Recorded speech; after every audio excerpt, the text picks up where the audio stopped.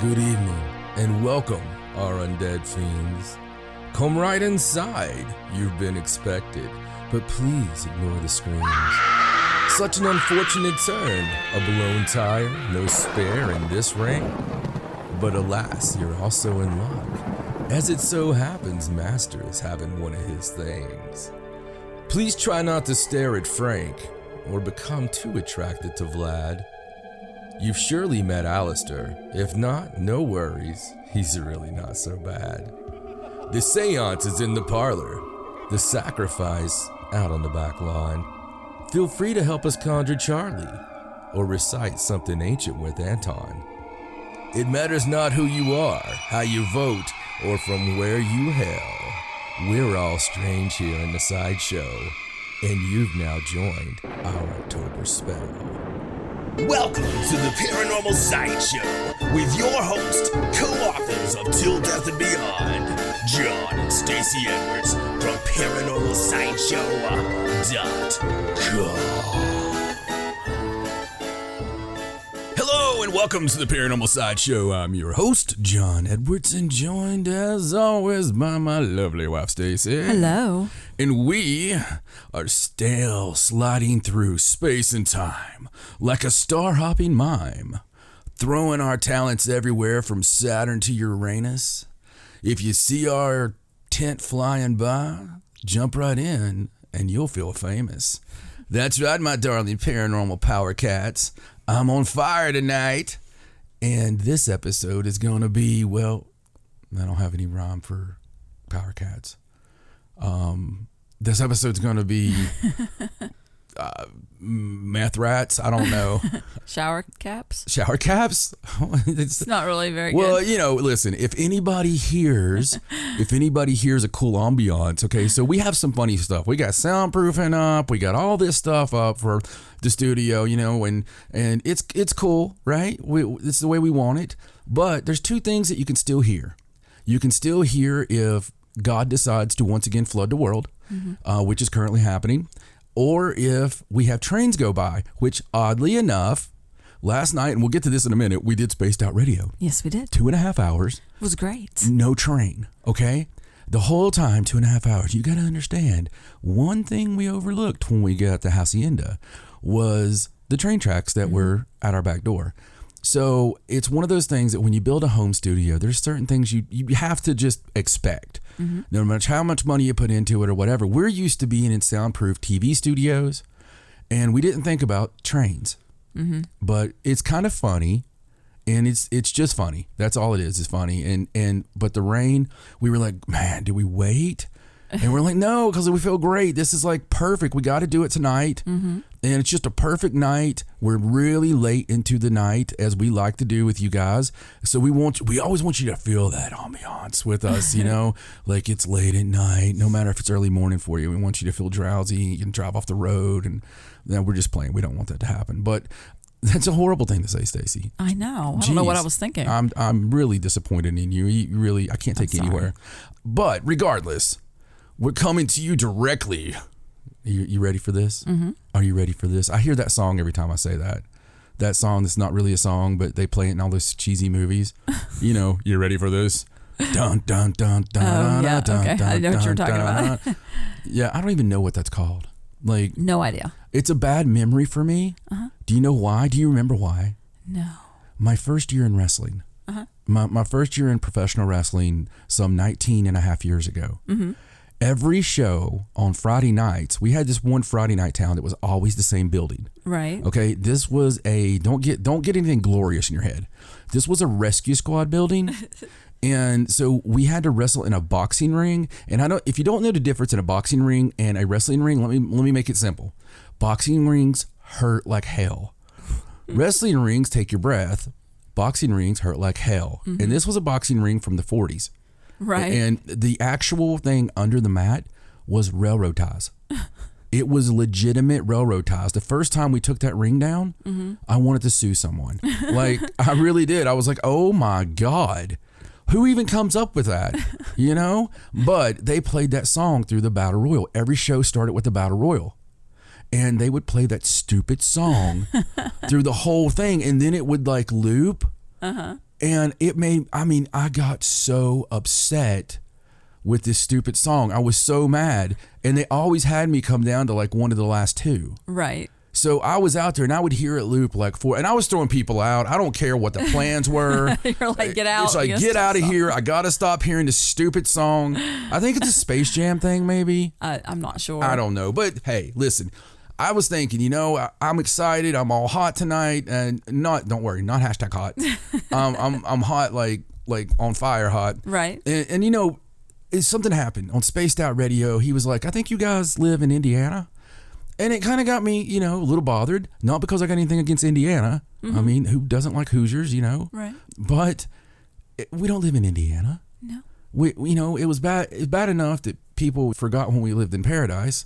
When we used to come to you directly from Maine. Right. But now the place we are is filled with stills and exploding meth labs and all this stuff. So I thought I would start a new thing at the first of the shows, and I would be like, coming to you directly from our top secret studio of Southern Spirits, nestled high atop the Appalachian Mountains of hillbillies, hags, and haints. We hope you are relaxed, got your favorite beverage, or driving down your favorite road, because today we continue our October Spell series. That's right. And somebody sexy, somebody super sexy turned one notch sexier this past week. And that's that. I mean, I really believe that somebody doesn't have birthdays or name days. They've got sexy days. And every year, this girl, for the past 20 plus years, has gotten hotter every daggone birthday. And listen, this isn't some husband that said something wrong earlier in the day and I'm trying to make up for it. This is a guy who feels like he's still just dating a girl because she is gorgeous. And I tell you, we may not, I'm trying not to embarrass you here, but we may do this hashtagging birthday thing, and I'll tell you, hashtag is on fire. Hashtag is some good stuff. But, our very own spellcaster, she would be a newscaster, but she's not. So she's my spellcaster. She absolutely had I'll put it like this. Stacy is sweeter than seeing Pink Floyd in 1975 in some incredible, beautiful setting with a laser light show and some cigarettes that smell funny. Right. That's what she reminds me of, like on a normal day. Because I had somebody, they were like, hey, I love the characters you got. No, we tone it down. You should see the weird crap that happens when the thing's not recording. There's a lot of times we stop the thing and we're like, oh, that's too weird. We can't put that in there. I mean, seriously, we talk like that. And I can't wait to get to the Spaced Out Radio part of this program, because I'm going to share with you guys a few little things that we don't share on here, but I'm actually gonna give you a little taste, because I want you to check Dave's show out. It's amazing. But you tell us, Stacy. I almost called you sexy. You tell us, Stacy. I answer to both. It's fine. Yes, that's what Great Antonio told me. So, birthday wise, I mean, I had a great birthday. Got some really good dinner. Yes, you My did. favorite place. You did. And just got to relax the whole day. It was wonderful. So what is your favorite place? So people don't, so they can send you some in the mail. Please don't send me any in the mail. I really love Japanese food. Yes. The kind that you get here in Virginia, not like traditional, like not sushi and what she's stuff talking like that. about is everywhere else we go on the planet, which we go a lot of planets, and all the other planets we go to, they don't seem to have the old school hibachi grill. I think it's because where we live actually still has a Bonanza. And I don't know how many of you are familiar with Bonanza, or how many of you grew up with a Western Steer or a Western Sizzler, but they're all kind of the same. And, I love Sizzler. But back when we were kids, steakhouses were the big thing. I used to love to go, and you'd go through the line and you'd order your steak, and they'd give you the little number thing that you put on your tray so they know where to bring your steak. And then I would always get the salad bar. Oh, so delicious. I mean, I'm sure it was just the same as any other place, but for some reason it was extra delicious. No. It was extra delicious.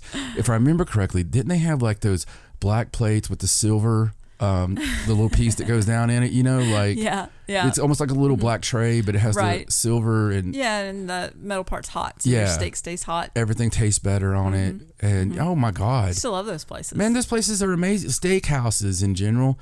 You know how things go in cycles, right? So right now there's a lot of vegans and there's a lot of people that are, eating tofu and stuff like that. Right. I personally cannot wait till, the steakhouses come back. And listen, I'm all about saving the planet too. All right. So I understand about the methane and all that, right? But let me just make a suggestion, because this is my, John's going to save the planet idea. Okay. What's happening is we're not eating enough steak. So that's what it is. If you want rid of cows, open more steakhouses. There you go. And we will bring back the sizzler. Yeah, we'll take care of the problem.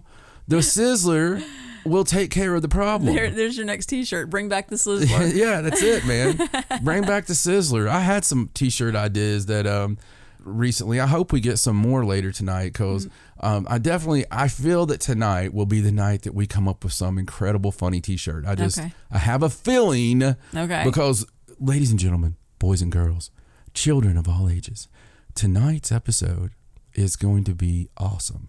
And one of those reasons, not because we got some cool news and all that, before we hit the news and after I get through some of this stuff, we're going to go through some Halloween stuff and some little factoids, some, singular things that are very, very neat and cool. And I spent a lot of time finding some facts that were not in some of our other fact shows on Halloween. Right.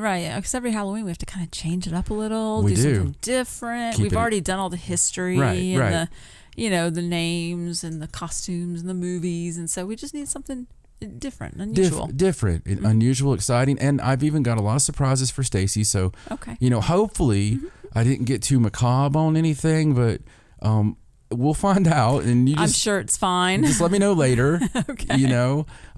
Just save it till when we pitch to the news. Okay. And just let me know if that was okay or not. Okay. And we'll go from there. So I've been on vacation. You have. And had a great time. It's always a great time to be on vacation. And the best part about it is my Wayne Enterprises. Okay. Wayne Enterprises was left in the hands of Lucius Fox. And Lucius did an amazing job. Lucius made his targets every single day. Wow. For his entire... Impressive. Yeah, for my entire Wayne Industries. All of it. And so I'm very proud of what they did. It feels good to be able to leave and leave it in good hands of good people. Right. And good quality people. Not have to worry about it. Absolutely. Absolutely.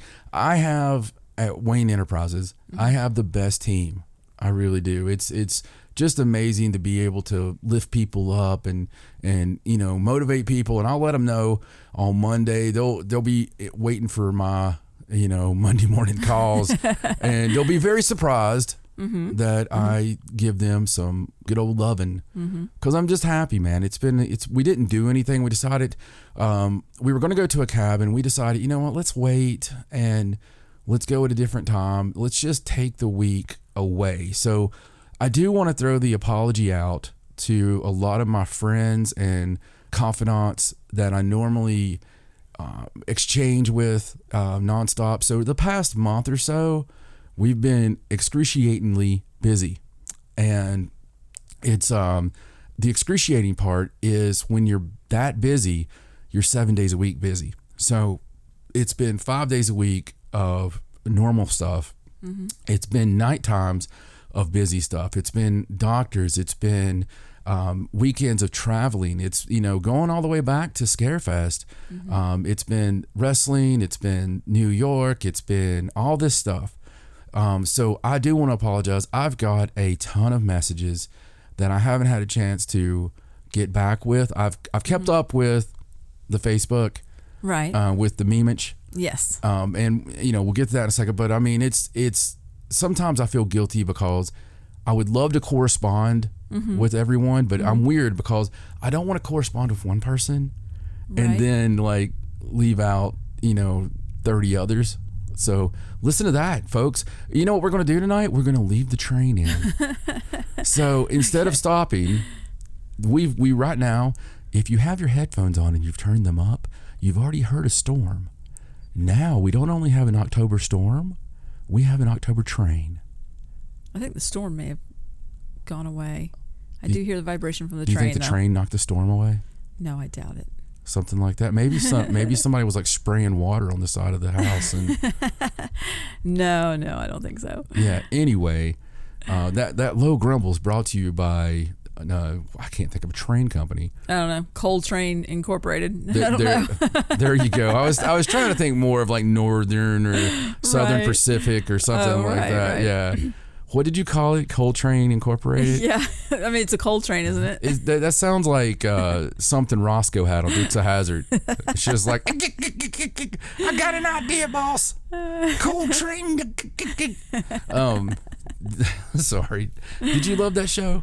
I did. I love that Of show course. too. The Dukes of Hazzard was awesome. Mm-hmm. My favorite character was probably Enos. And Really? I don't want to say probably. It was. Uh-huh. I don't have anything to be embarrassed about.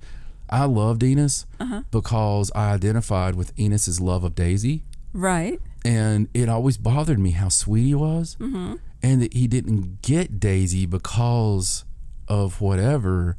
And I couldn't figure it out as a child. I don't remember the show that well. I mean, I was young when I watched it, so. Right. Well, troubling things like that have encouraged my life, you know. So I found out that if you want to get the girl, you're going to have to be like, a cousin of hers. So, because they had it made. I was like, well, hell, you got to find a family member, and then you don't even have to worry about moving in or anything. So I believe that was the West Virginia side of the family again. That Possibly. was popping up. So anyway, all jokes aside, OMG. All right? OMG. I don't normally say it like that. But in pro wrestling, I thought about doing a good idea I wanted to give a public service announcement. Okay. I wanted to do something that even though I'm a bad guy, even though my character is evil, I wanted to build a story surrounding teaching the guys a lesson in the area. Okay? So all the guys that watch the TV show, they watch it online, they come to the live shows. I wanted them to, they always get behind John Hawkins, my character. Right. Going back years and years and years, I've been doing this thing on Facebook, memories, 1 out of 10 days, 10 things that you remember that were big nights. So in all those, I find things that people really got behind and the wrong thing happened with the crowd. Right. And, things that I thought, well, this will get them. They'll definitely boo me on this. Right. Because the problem we've always had is people cheer us. Right. And you're supposed to be the bad guy. We're supposed to be the bad guys, right? So they always cheer me because I had an old timer tell me, well, you talk really good. And you go out there and you put them down and they laugh. Right. Because you're putting them down and you are pretty funny. You can't really help yourself. And so when I go out there, it's like a stand-up comedy routine. The whole time I'm walking around the ring, I'm doing funny stuff. And so I came up with this, one of the bad things, and I have to just tell you guys because it's a different era now. Back in 2005, I had a really good friend of mine that we were trying to get over. And by what I mean by that is elevate him to a higher position. And his name is Mo Jenkins. So Mo Jenkins is African American, and we were best friends. So I was like, he's from Detroit, and he was like, man, I don't know if I'm ever going to get over, with the. I was like, man, I got an idea. Let's go to the booker, and let's come up with this. I think it'd be awesome. I think what we need to do is really play on the race card. Let's do let's teach a lesson to everybody. Right. So let's have John Hawkins be just, like vile, bigotry and all this stuff. Right. And then really just teach a lesson. You come back, you overcome, you beat his butt, he learns his lesson, all this stuff, right? Well, we go out and they before we went out, they decided, now by they, Mo himself, because we used to carry a Stars and Bars. We used to carry a during this run, we carried a Confederate flag out to the ring. We came out to like some Lynyrd Skynyrd. Right. And our tag team was like the Tennessee Rednecks or something like that. So the whole gimmick was based on being rednecks and Southern, all this stuff. Not race. Right. Not racist, but just, even that long ago, it was not considered the same as it is now. Right. So we were very innocent in carrying that. And so he was like, why don't y'all beat me up? Why don't y'all beat me up and take that noose you've been carrying, put it around my neck, throw me over the ropes, hang me, because we were building up to a hangman's noose match. Right. Okay, which is a thing. Right. And then pull me back over and drape my body in that Southern flag. And I was like... And you were like, oh, that sounds like a great idea. I was like, man, Mo, the sympathy they'll give you. I was like, man, we might have to fight our way out of here. I was like, we really might tonight start a riot. Now, let me just say this. In West Virginia, every time we went out, I almost got stabbed. Right. Okay? Legitimately had knives pulled on me in West Virginia. No problem getting heat there. No problem getting heat anywhere else except Tennessee. I don't, and I think it was because every week I was on TV here. Right. So they saw my interviews. They laughed at them, as you were talking about. So anyway, we go out there and we do the deal. And the whole time I'm waiting for them just to start charging the ring. Right. And I hang him and we pull him back in, and I cover him with that. And we saluted the flag. Not thinking about it, just trying to just get heat. Well, the reaction was not the reaction that we had anticipated. Right. I don't want to talk about the reaction, but I'll just tell you this. We were all completely disturbed. All right? We were so disturbed that we all wanted out of the gimmick. Yeah. We never used the flag again. We changed our theme song. I mean, we were super disturbed. Right. Nobody more disturbed than Mo. I can imagine. So God love him. God love him. I still love the guy to this very day. He's been away for a while, but I love the guy to this day, and it really bothered me. But it's just it's not funny, but it is funny because it just goes to show you don't always know the reaction you're going to get, right? Right. So I'm always trying to teach a lesson back to now. So we have this girl, and she is amazing. She's going to be a huge star. She trained with Kane of WWF, WWE fame, okay, because that's really close to us. Yeah. And she trained with Dr. Tom Pritchard, also a legend and probably the best trainer in the world, in my opinion. But her name's Kenzie Paige Henry, and as soon as she came in, I saw this darling little girl, and she's been doing it 2 years. She's 17, okay? So I almost look at her like one of my girls, And so I wanted to do something with her. Right. And I decided that after first time I seen her in the ring against a guy, she chopped a guy and brought blood. Wow. And I was like, okay, I got to have her in something with us. Right. So I started doing these things in the towns, right? We were in Knoxville, and I came out with a broom, and I came out wearing an apron, and I was like, hey, I brought you some gifts, little girl, because this is what you really need to be doing. And like go to the kitchen, make me a sandwich kind of stuff. No, I said that. Oh, okay. I said, hey, the locker room's dirty, and while you're back there, there's some bread and bologna. Could you make me a sandwich? And so I was doing all this because you don't need to be in here. And the whole thing has been, my guys won't punch her, but she'll take them out, and so the people though actually reacted correctly. Thank goodness. Thank you, 2019. Okay. So everybody, like especially the women. Right. I know the men were kind of loving it. Right. They don't want to say it. Right. Because they get beat up. But the women were just like, you dirty piece, everything in the world. So the whole time I knew where it was going. So I kept on it, everything I could about her being, hey, you need to take home ec, all this kind of stuff. All the chauvinistic stuff. Yeah, I can't believe they gave you a license, all this stuff. Right. So she comes up with this idea, hey, if I beat your guy, you have to wear a dress for 90 days. Mm-hmm. Okay. And of course that's my idea. I've done it before. I did it back in like 05, 06. Mm-hmm. It went over great. Had him throw me in a birthday cake back then, all this stuff. Right. So you got to love humiliation when you're doing because basically you're improving. Mm-hmm. Okay. Mm-hmm. You got a basic idea of what you're going to do. Uh-huh. But when you go out there, you got to play off the crowd. Right. And so I wanted this to be perfect. So this past Saturday night was my debut in a dress. Mm-hmm. Okay. So I wanted to do it right. And the OMG part comes from this. You have not lived until you have went dress shopping with your wife. In a store filled with Southwest Virginia, mm-hmm. old women.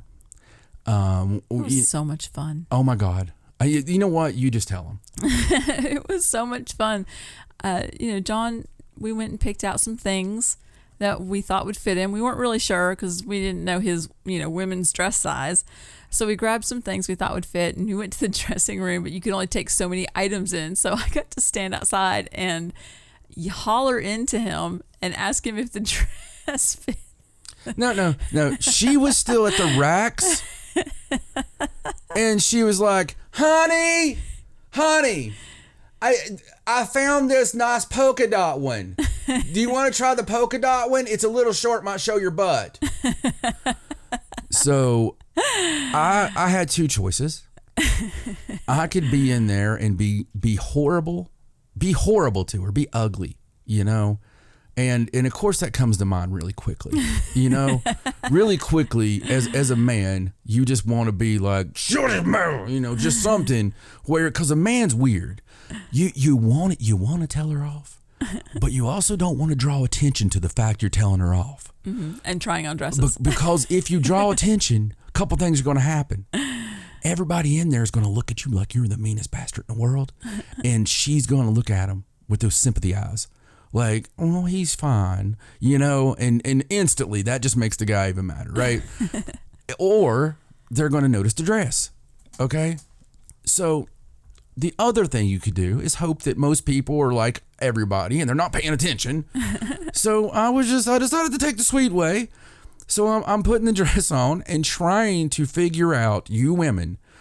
So I'm trying to figure out, I'm standing there like, in my tidy whities, which actually they were black, but in my underwear, and I am trying to put this dress on over my head, and there's this weird liner thing, like there's another dress inside the dress, and I'm like, why the hell?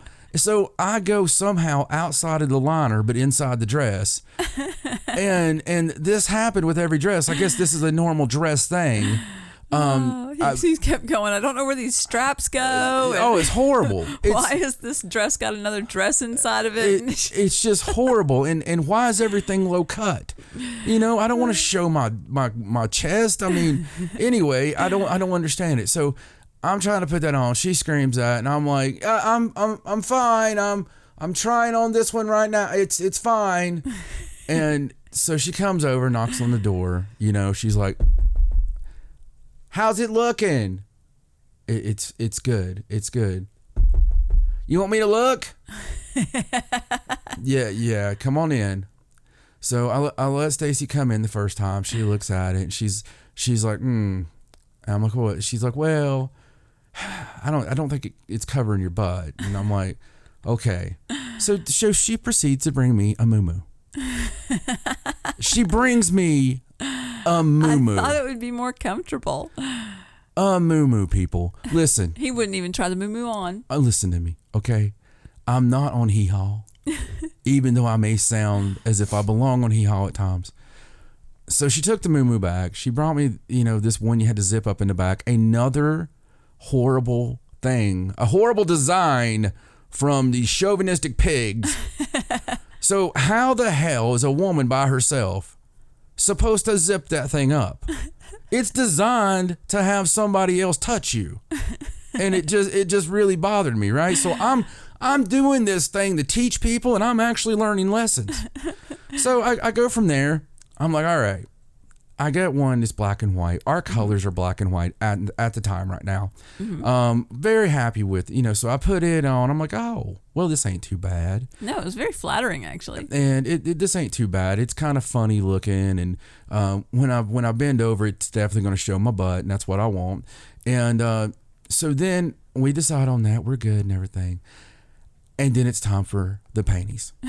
So not only are we carrying this through a store where those old women are still shopping, but we go over to the panties, and Stacy does not lower the notches of her loudness. She's like pulling them up in front of her, and she goes, well, I don't know about these. You want some granny panties? That'd be funny. Look at these, honey. I'm like, no, I don't. I want him to have. I want him to have some lace. Some lace? Okay, hold on. Let me see. It's going to be hard with your size. So I don't know how sexy they've got. And I was like, okay, I'm going to go over here. So I walk away, and I'm hoping I come back, and she's very discreetly going, okay, look, I found the underwear.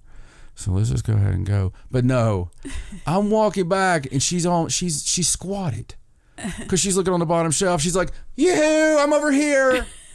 I'm over here, sweetie. I'm like, okay. I still haven't found anything, but look at these. These have lace. I'm like, yeah, they sure do. They're like Spanx, so they'll hold everything in. You'll love them. It's the best thing ever made. And I'm like, oh, okay. Well, I mean, you want everything held in. Yeah. And they still have lace. Okay. So they even had lace on the front, like around where your junk would go. Yeah, they did. They had a pocket, basically. They had a pocket for it. Come on, I had to have some fun with this. They had pocket. So we go through the checkout, God help me. And it went over, you can imagine. So I walk out and just, I played it up. I wouldn't come out. Our song was playing. My guys had to pull me out and get to the ring. Kenzie comes out. The fans are already loving it. Mm-hmm. And she comes out laughing at me, and it's just great. And I go around ringside, and women pull my skirt up. Now, listen. I am all about respect. It's just a thing, right? So I respect women. I've never once pulled a woman's skirt up that didn't ask me. Right. I'm just not that way. So I'm going around there, and these old women on the front row are just like, hell, we paid VIP. And I mean, they're looking at the goods. They pulled it all the way up. I bet they probably want to see what kind of underwear you were wearing. Aren't you glad I picked out the lacy stuff? So they're catcalling me, whistling. The guys are whistling. So, and it's really horrible. So there's this one creepy guy. All right. And this guy has on long sweatpants. Okay. He went out in this. Set front row. And he's got his legs crossed, and he's leaning back in the chair with his legs straight out, okay? And he's kind of got his hand resting in a strange particular place. Is he doing the Al Bundy? So it's trying to be discreet, but the guy keeps making comments. He's everybody yells, but his are weird. Mm-hmm. His are like, you gotta quit bending over like that. You're showing your drawers and all this stuff, right? So. Two of my best fans are sitting next to him, and they listen to the podcast, so they'll be getting a kick out of it right now. Okay, right?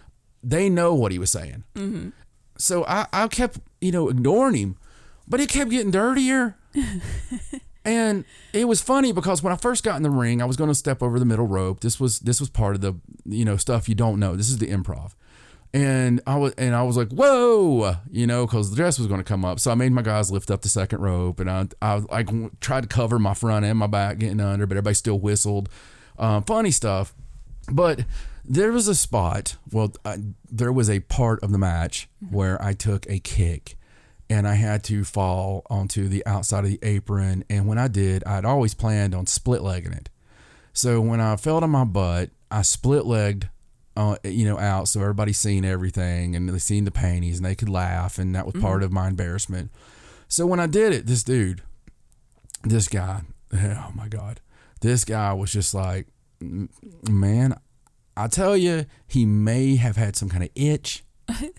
I don't know, but he totally said something else. And he's like, you need not to wear that dress. But he was saying it like that Stone Temple Pilots song, you never should have wore that dress. You know what I mean? Right. And so I just walk right over to the dude. Because the funny thing is, they don't know that I'm a killer. You know what I mean? Right, Like, so right. I walk over to the dude and I'm just like, hey man. It was just like, I was just like, hey man, I'm sorry that I'm turning you on. He's like, you ain't turning me. I was like, okay. I was like, I'm sorry I'm turning you on, but could you please stop looking at my butt so much? I was like, if you weren't looking at my butt, I don't think you'd be seeing my butt. And he was just all beside himself, obviously. Right. But it was a absolute great time. The only problem with it is I like doing this stuff and teaching lessons and having fun and comedy. But then there's photographers there. Mm-hmm. Mm-hmm. So the photographers are people you want to make sure you've been nice to your entire life. Mm-hmm. And I haven't. Okay. I'm not, if you're in my way, I kind of let you know you're in my way. And, I may say things in a sarcastic manner to people sometimes. Right. So this guy tagged me in probably 100 pictures. Of you in the dress? Of me in the dress, me in the panties.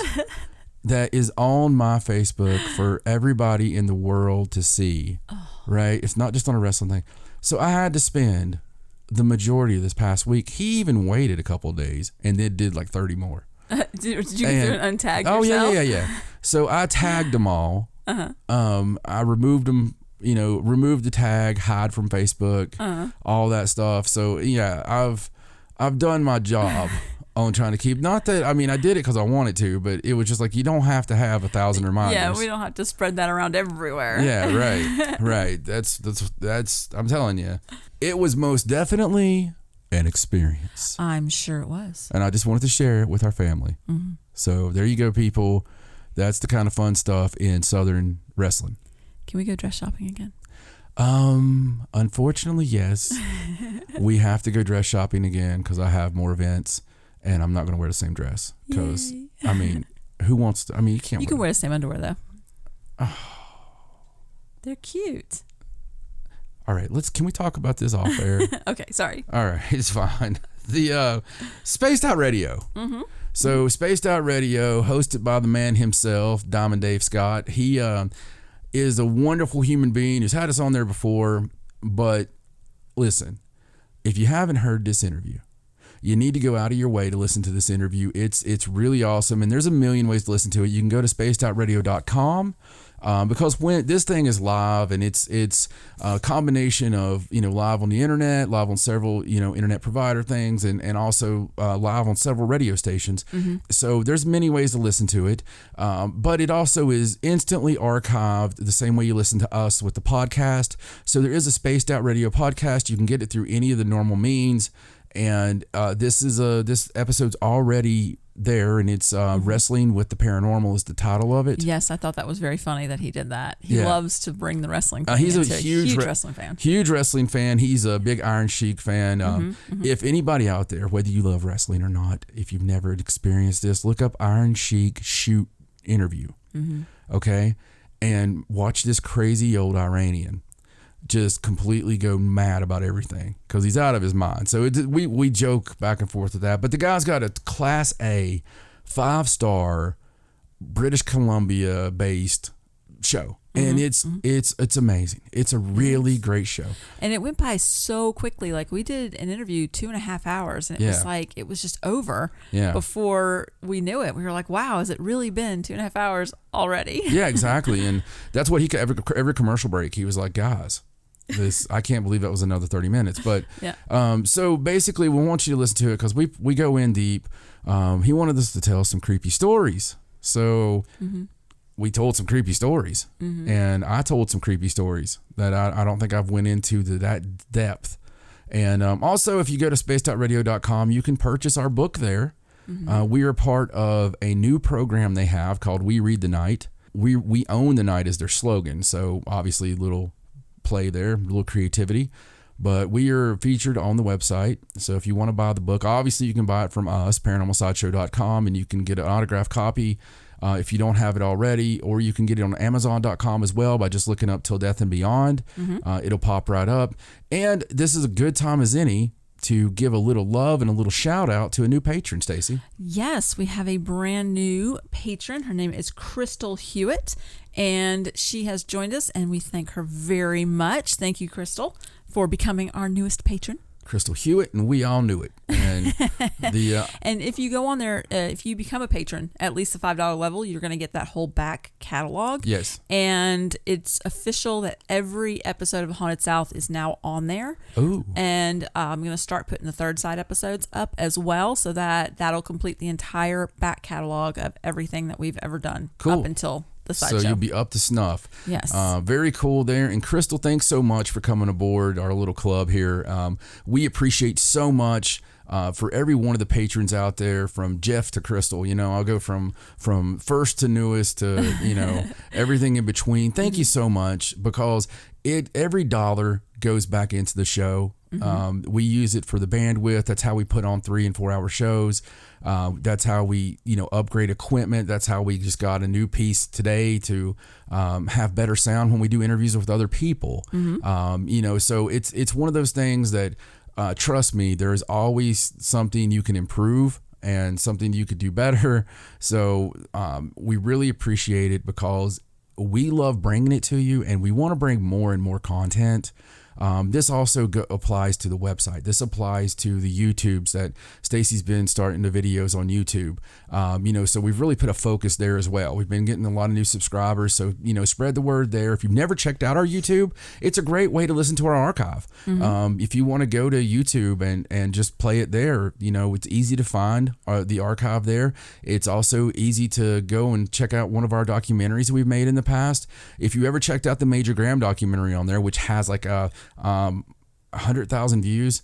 If you've checked out that and the sound was weird, it was because we got pegged by YouTube for having some music that was, copywritten or something. So they took all the music off of it. So Stacy, and some of the talking, I don't know what happened to it. Stacy re-uploaded it.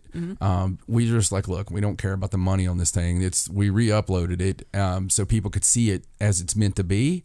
And the extra psychic walkthrough is also on there. So it's coming up Halloween time. If you haven't watched our documentaries and you haven't watched any of the vlogs that we did in Maine, you need to get on there and watch those, because there's some really creepy stuff, some fun stuff to watch, especially when we go after the White Lady and things like this. So it's really cool. There's a lot of good content. We look to add more and more, really something we want to do. So again, patreon.com, Paranormal Sideshow. Thank you so much. And we mean that from the bottom of our hearts. Facebook.com, Paranormal Sideshow. We have been blowing up on there.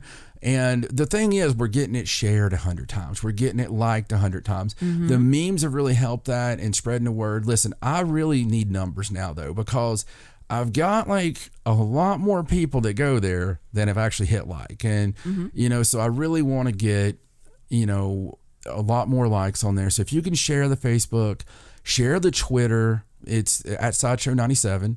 And, we're going to try to put more content on the Twitter and Twitter up a little bit. Thing is, I have that Twitter and a wrestling Twitter and all this stuff. I try to keep them separate. But Instagram as well.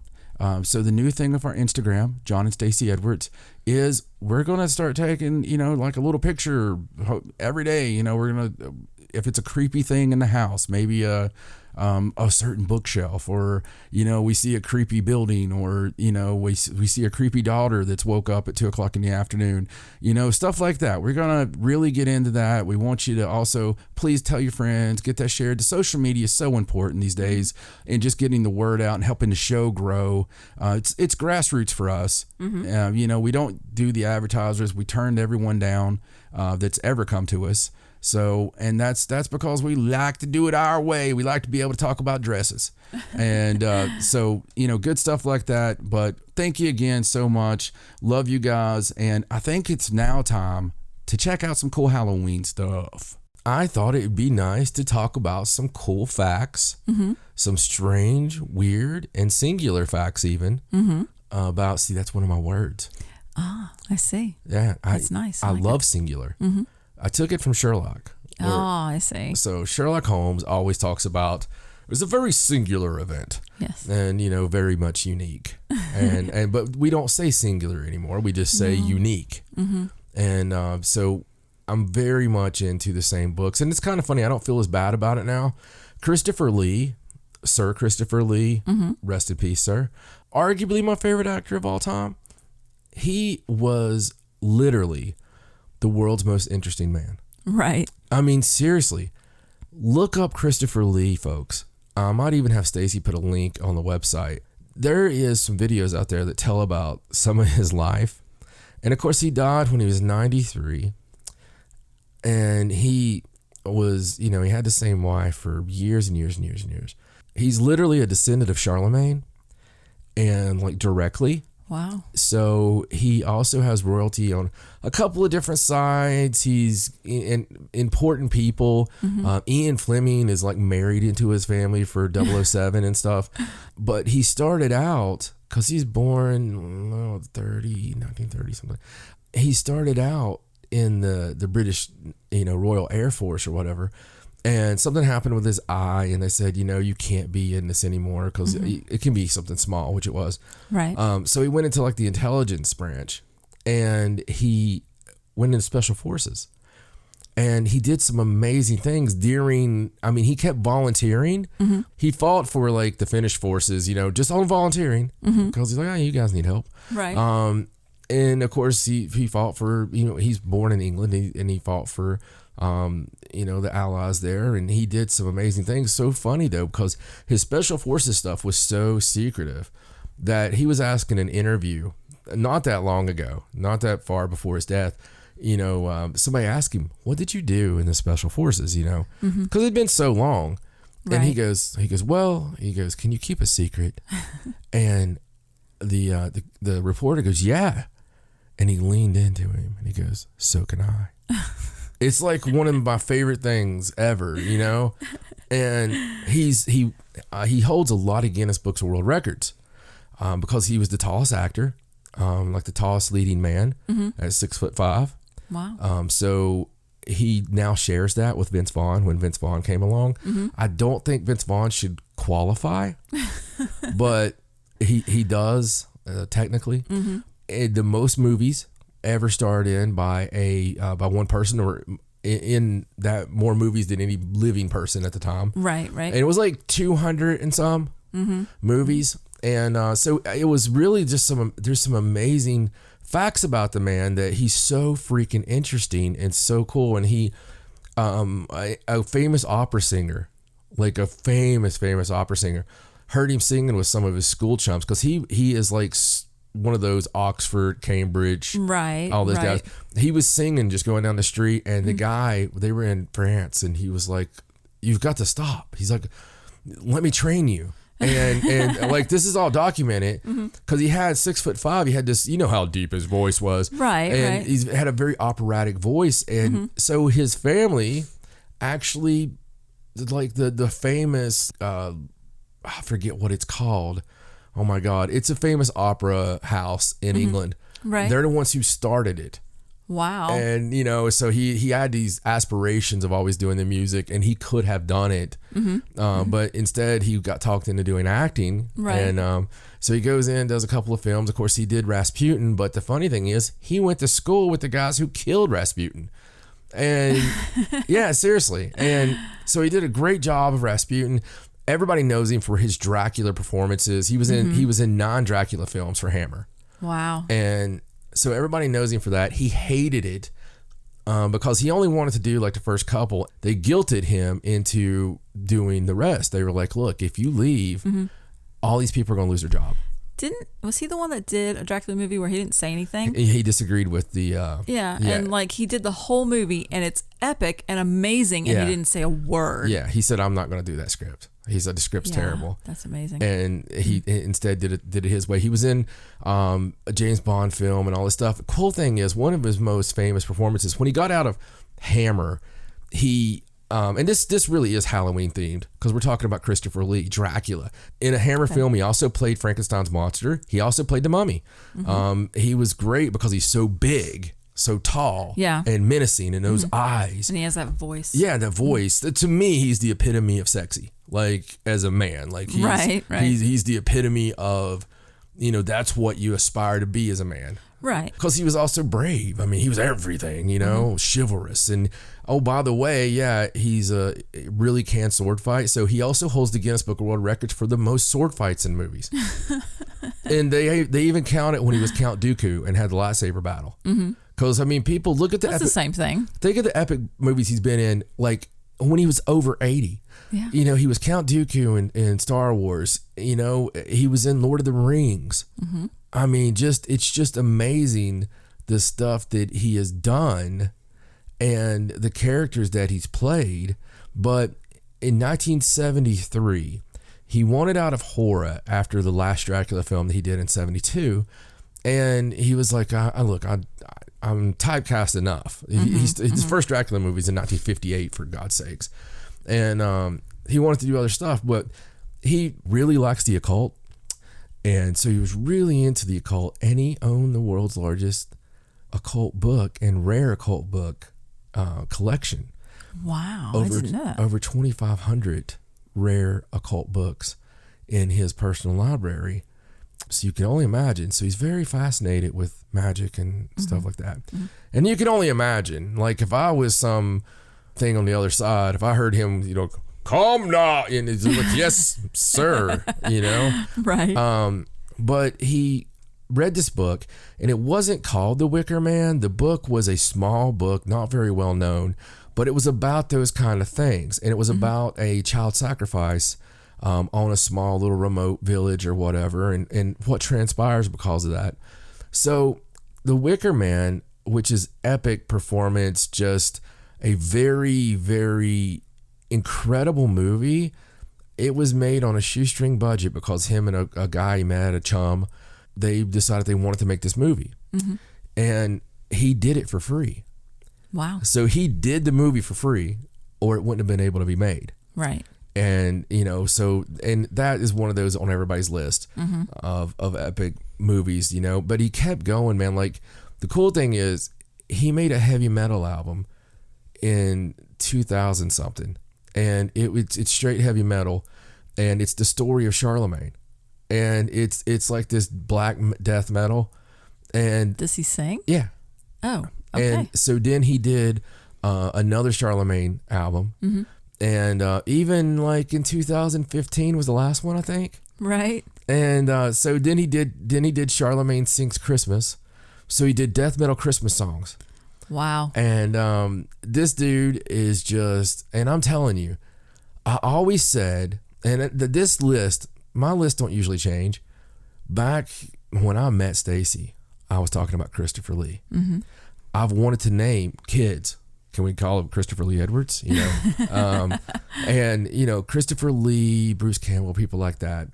But Christopher Lee was on his own level, and there's just something about commanding performances. And that guy really got into everything. But I didn't know a lot of the other facts until I just stumbled on it. I was like, I'd like to really know some more about him. And it's just crazy. Yeah, it is. Which took me down this rabbit hole of knowing more about certain people. So I was like, Chuck Norris sounds interesting. I wanted to know, like, is he really that much of a badass, right? So a lot of people listening right now will be like, well, yeah, but you got to understand, Stacy and I, our age is right on the cusp of really knowing something about him and not. I've had friends tell me, well, yeah, you had this fight with so-and-so, and some friends, especially the martial arts friends, are more into it, and they would know this or know that with Bruce Lee and Chuck Norris. And of course, I love I don't know which one. Is it Enter the Dragon, where him and Chuck have that fight, and it's in the cave? I honestly don't know that. I don't know the name of it. But, or like is it Roman Coliseum or something? Anyway, so I watched the thing on Chuck Norris, and it started out with the memes. All the Chuck Norris does is. So Chuck was actually mad about that at first because he was afraid that kids would see it on the internet and it would say inappropriate things, because that's Chuck Norris. Right. And, a lot of them he was okay with, but he let the guy do it, and he let the guy make the money off of it. The guy wrote some books, and his website was getting amazing number of hits per month. And Chuck wrote his own book on that. But it goes back, and it was like he had a really, really bad beginning, and he was very like introverted and alcoholic father, all this stuff. Again, goes to the military. When he's in the military, he was a cop, like military police, but not for the Army. It was Air Force again. Was he Special Forces? No. No, That's one I would have guessed would be. But. Yeah, no. He was like an MP, but he was having trouble catching these people. Like he had to use his weapon. Right. And so when he was doing that, he was like, that sucks. I shouldn't have to use my weapon. So he took judo for a little bit, and then he took this, and he where they were, I forget where they were stationed, but he took a Jeet Kune Da or something, and he did really, really well in that, obviously. And got his black belt, and he came back to the States, and there was nobody teaching that at the time. I mean, you're talking 60s. So he started teaching it and started opening schools, places. But the thing is, he has black belts that he's really earned, not honorary stuff, in so many different forms of martial arts. It's insane. I don't want to misname it, but like 50 or so. Right. And he's like so many levels of this, only American to do this, all this stuff. Right. So when he first started doing tournaments in the 60s, his record wasn't so great. He lost like 9 fights or something. But then he went like an astounding 200 fights that he never lost. Wow. Like he never lost again. Right. Until he stopped fighting just to do movies. Wow. Never lost a fight. And he created his own martial arts that was a combination of all those others. And I guess you would, though, if you knew that many different styles. A lot of people do. Yeah, it would all merge into something unique. A friend that does, that created his own. But, a lot of people do. But the coolest thing about all of it is it was just going through the movies and all that stuff that he did. And that's all cool. My favorite thing was he came up with these, when you're taking his martial arts, these 10 rules that you have to live by. Right. And they were like he's very serious about it. And it was like, the be kind to other stuff. If you don't have anything good to say, don't say anything at all. But it's very inspirational. Like I would encourage everybody to go look at Chuck's rules just for living. Rules to live by. I think if everybody in today's society, that's what I was thinking of when I was watching it. Right. If we could all just follow those 10, this world would be wonderful. And it's really interesting. It really is. Like I was thinking about printing it out and putting it somewhere. Let's start posting it. I mean, people have problems with like religious, like 10 Commandments and stuff. We could always just take those down and Chuck Norris's 10 Commandments. Yeah, just replace it with Chuck Norris's 10 rules to live by. Who's going to argue with that? It's not a religion, so. I mean, who's going to argue with that? It's like it's Chuck Norris. What are you going to do? I don't know. That's just some interesting stuff. I always throw something crazy in, right? Well, back to my Halloween facts, which Christopher Lee kind of fell on that, but Chuck Norris really didn't. No. I don't think Chuck Norris ever did a horror movie. God, that would be terrible. Yeah. Wouldn't it be horrible? Remember that really bad? It'd be a really short horror movie because like the killer would come out, Chuck Norris would kick his hell butt, no. and then it'd be over. Right. You remember, we were watching a Riff Tracks, and for those of you who don't know, it's Mystery Science Theater guys, but they can't call it Mystery Science Theater, so they do Riff Tracks. Riff Tracks. So the Riff Tracks we were watching, we love to watch those movies and Mystery Science and Riff Tracks, but we want the movie to be somewhat good. Or so terrible that it's good. Right. But when it's just freaking boring. Yeah, when it's boring, it's not any fun. Yeah, no matter what the joke is. And there was this Chuck Norris movie that was god awful. I mean, it was so bad. We were like 15 minutes in, and I look over and I'm like, hey. She's like, yeah, cut it. It's done. I can't remember what that was, but I would tell you guys to avoid it. But the problem is it wasn't great, but it wasn't bad enough to be funny. Yeah, right. It was sort of just middle of the road, and we were like, it wasn't birdemic. Right. It wasn't birds with laser poo. Man, I really hope everybody went and watched that, So there's a few different sites. I mean, I took a lot of time researching because we have done, obviously, every October, we do Halloween shows, Halloween theme shows. We did the origins of Halloween, episode 3. If you want to go back and learn the religious elements of it, the real history lesson on Halloween and Samhain, if you really want to get it. Right. All the history lessons and all the facts and stuff. That was 3 years ago. Yeah. Isn't that crazy? It is. Time flies when you're having a good time, man. It does. The Sideshow's been a blast. But yeah, it was more, it wasn't really comedy, man. It was and those early shows were more informational and less comedy. Yeah. Yeah. So anyway, some of this is going to be like that too, but it's really interesting facts. So let's start it out. What do you say? Okay. So let's start this out. I'm going to start giving you facts. Okay. So there's not a certain number. We're just going to just do some facts. Yeah, just got some facts here Sounds that are kind of interesting. Okay. The ritualistic murder of kings I found very interesting. This is very classic fact. Okay. Not really enough kings to go around these days. No. I'm going to tell you why. In the bogs of Ireland, dead bodies have been found, still perfectly preserved. Their skin is covered in a thick layer of black peat that has kept the flesh from decomposing. And those things look crazy. I've got a picture I'll show you in a second. Okay. The faces they wore in life are the same today, hundreds of years after their death. And even their hair on the heads is the same, still intact. Wow. Many of the bodies aren't there by chance. Archaeologists believe that these bodies are remnants of a ceremonial sacrifice. Clothes and grooming reveal that these dead were of the ruling class because they didn't smell like crap. Right. That's what Monty Python says, right? Because they don't have poop all over. Yeah. Fitting into legends about ritualistic murder of kings committed on Samhain. Wow. And, if the year was a hard one, tormented by plagues or famines, the people would hold the kings responsible. The failed king would be sacrificed and replaced, and his body would be thrown into the bog. Now, I don't know about you, but being that we're in like classic ancient Ireland, right? It's probably not going to be the best of years. Right. I would be like, my brother's a true leader. Okay.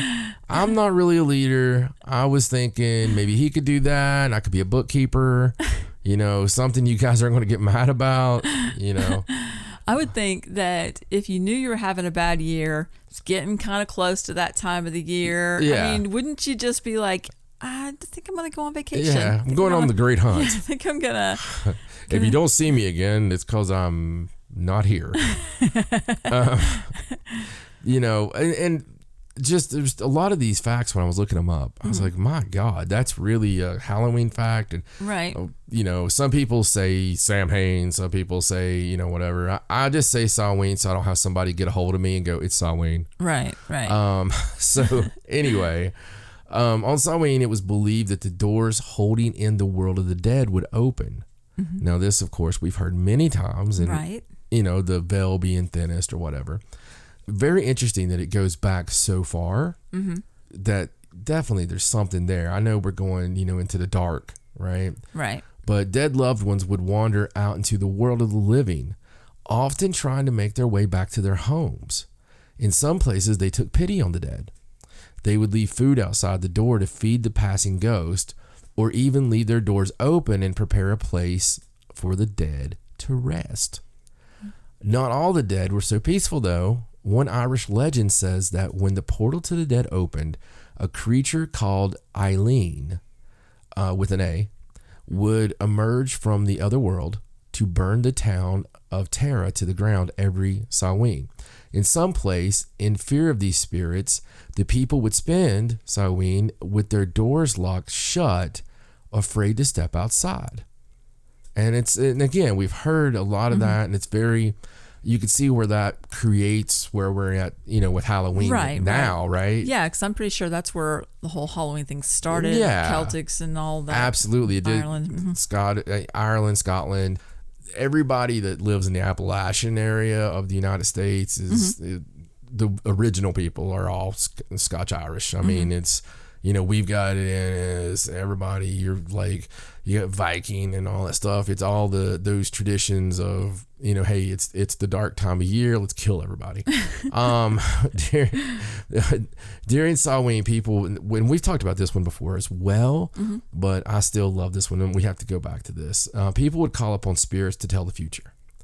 There were some strange fortune telling. Oh yeah. There were some strange rituals performed during the holiday, meant to let people know if prosperity or misfortune awaited them.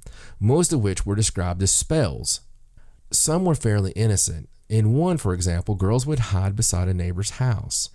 They would fill their mouths full of water, holding a pinch of salt in each hand, and listen in on their conversations. The first name of an unmarried man they believed would be the man they married. In another, men would open the doors of the barn and mime letting down corn against the wind 3 times. After the third time, a spirit would pass through the barn, taking the appearance of the position they'd hold in adulthood. Boys were encouraged, though, to take the hinges off the doors, or else the spirit would never leave, staying behind to torment them. Huh. Yeah, very strange. That is strange. One of my favorite things, during Samhain, fairies would leave their homes and roam the world of the mortals. That might sound like a magical moment, but these fairies weren't Tinkerbells, as we know. None of them are really Tinkerbells. Right. They were horrific monsters. And this was one of the most terrifying parts of the holiday. The fairies, led by the King of the Dead, would ride on storm clouds with an army of hellhounds to gather the newly dead. During Samhain, though, they were less discriminate. Sometimes they would pull the living along with the deceased and drag them to the afterlife. On the day of the festival, people would stay clear of fairy mounds, the hills that dot the Irish landscape, fearing that one would catch them if they strayed too close and pull them down into hell. Wow. That's terrifying. Yeah, it's awesome. It's very awesome. You know, you gotta wonder, did something happen to old Jeb? You know what I mean? Yeah, like where did that even start? I mean, there has to be something there. Yeah, it's just very crazy. The most dangerous place of all during Samhain was Awaganot. I probably said that wrong, but it's okay. That's okay. We don't want to go there anyway. It's the most dangerous place. What's also known the Cave of the Cats. A cat cave? Well, that doesn't sound dangerous. It sounds adorable. Right. This was a narrow hole dug into a hillside. According to legends, the fairy queen had stopped there centuries before, and her maidservant had been so taken with the place that she asked to live there. Since then, the place had been overrun with malevolent spirits. People in the medieval times wrote countless notes claiming that they'd seen monsters crawl out of the cave. One said that the apparition of a woman came out every year and took away 9 of the best animals from every herd. Another said that strange beasts would emerge from the cave. And another that demonic cats were set loose during Samhain to attack the people in the town below. Oh, well, that's not cute. Not demonic cats. No, demonic cats. I mean, I want to know how you can tell the difference. I mean, every cat I've ever been around is demonic. Anyway, a major part of Samhain was getting as drunk as humanly possible. This couldn't lend to these stories at all. Yeah, no. Samhain marked the last great harvest before winter, and grain would be taken en masse before it was ruined by the frost. The people, as a result, would have huge surplus of alcohol. And since refrigeration didn't exist yet, what are they going to do, right? Right. They don't want to waste it, so people drank incredibly heavy during Samhain. Getting drunk was so linked with the festival that every single ancient Irish story about drunkenness takes place during Samhain. There are whole legends, like the intoxication of the Ulstermen, that use people getting hammered during the festival as inciting action or even as the whole focus of the story. Wow. Yeah. It sounds like a great time. It does. It sounds like super fun. Fire was a major part of the festival. I mean, why not? Right, right. Because you're obviously very drunk. Running from demonic cats. You have to burn something. Yeah, I mean, so people around the country would light fires in their homes during Samhain. But the details of this ritual varied from place to place, and in some areas involved some dangerous and dark customs. In Moray, boys would go door to door begging for peat to burn the witches. To burn the witches? Yes. Okay. They would make a great fire and lie down as close as they could to it without getting burned, letting the smoke billow over their bodies. Their friends would then leap over them and through the smoke, believing that the ritual gave them magical protection. I can see that going wrong in so many ways. In parts of Wales, people would jump over the fire and run away. Imagining a creature called the Black Sow would take the slowest runner. According to J.A. McCullough, this was a toned-down version of an older ritual. In the past, he claims, they would catch one of the runners. The victim would, laden with the accumulated evils of the year, and throw him onto the bonfire as a human sacrifice. Oh my goodness. Yeah, so you didn't want to be the slow one. No, absolutely not. Yeah. I think that would Fatty be... McFat Pants was like... that would be motivation to... Yeah, I think I'd be training like several weeks ahead of time, be running with the leg weights, you know. It's a different time, try and get buddy. faster. It's a different time. Wow. Wow, yeah.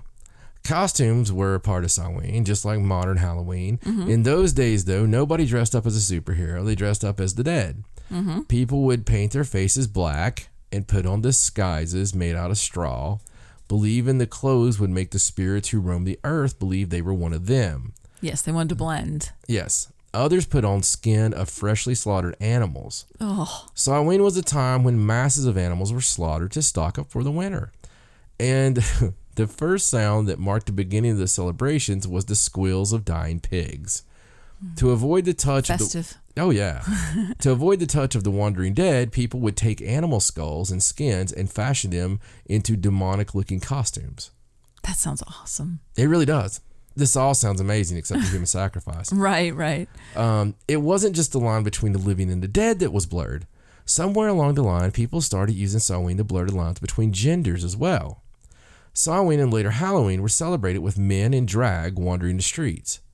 By the mid-19th century, most groups that went door-to-door on Halloween predominantly consisted of men dressed as women. Hags. That's what they were called in Wales, anyway. These hags would knock on people's doors and ask for food or hospitality.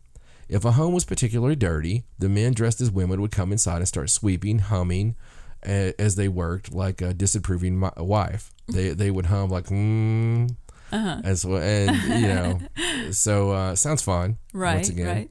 In the earliest, woman started that one, I guarantee you.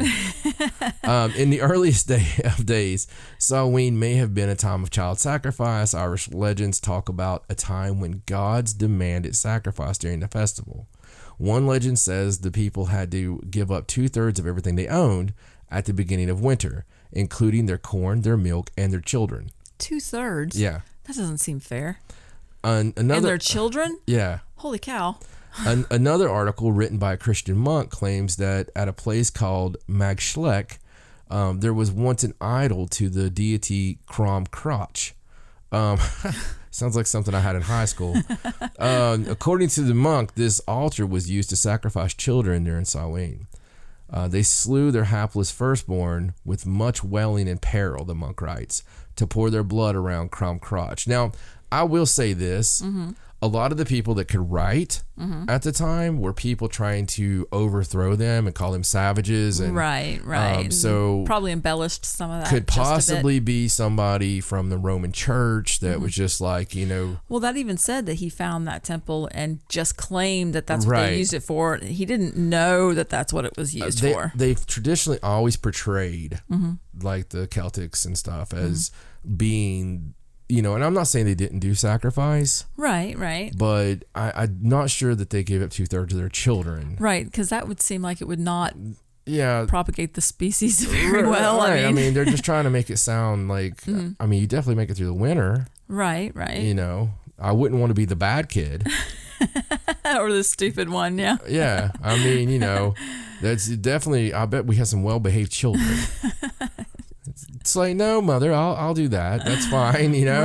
Right. It's, okay, since we were alluding to Romans, the belief here predates Romans.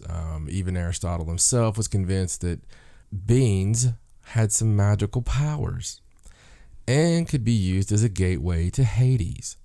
In ancient Rome, people were convinced that fava beans contained the souls of the dead ancestors. That's weird. I was going to give a second there for you to respond on that. They were used as offerings to the dead on funerals, but also eaten at weddings in the hope that they will attract souls of male ancestors and carry on the family bloodline. They ate their ancestors' souls? During the winter solstice, the head of the household would throw beans around the house and repeat the sentence, "Shades of my ancestors depart." Some of these traditions are still practiced in Italy today. For the All Souls Day, Italians make and consume special bean-shaped treats called fava dei morti, beans of the dead. It's better than eating raw beans. I'm sure it is. Isn't that interesting? What an odd, custom. It really is. It really Yes. is. I love stuff like this, though, because this is, Halloween stuff. Of course, knives should always be kept safe and away from children.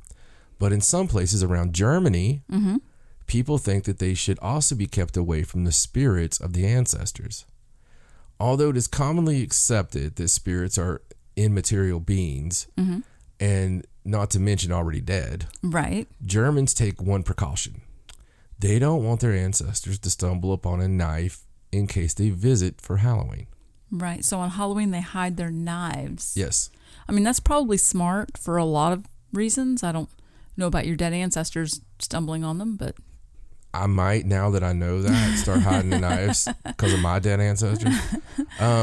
Soinophobia is the fear of Halloween, obviously, right? right. It's legitimate, and although most adults and children are amused by the celebration of Halloween, there are those who are absolutely terrified by it. Soinophobia could be triggered by different things, but usually the reason is a traumatic Halloween experience, obviously. Like Michael Myers.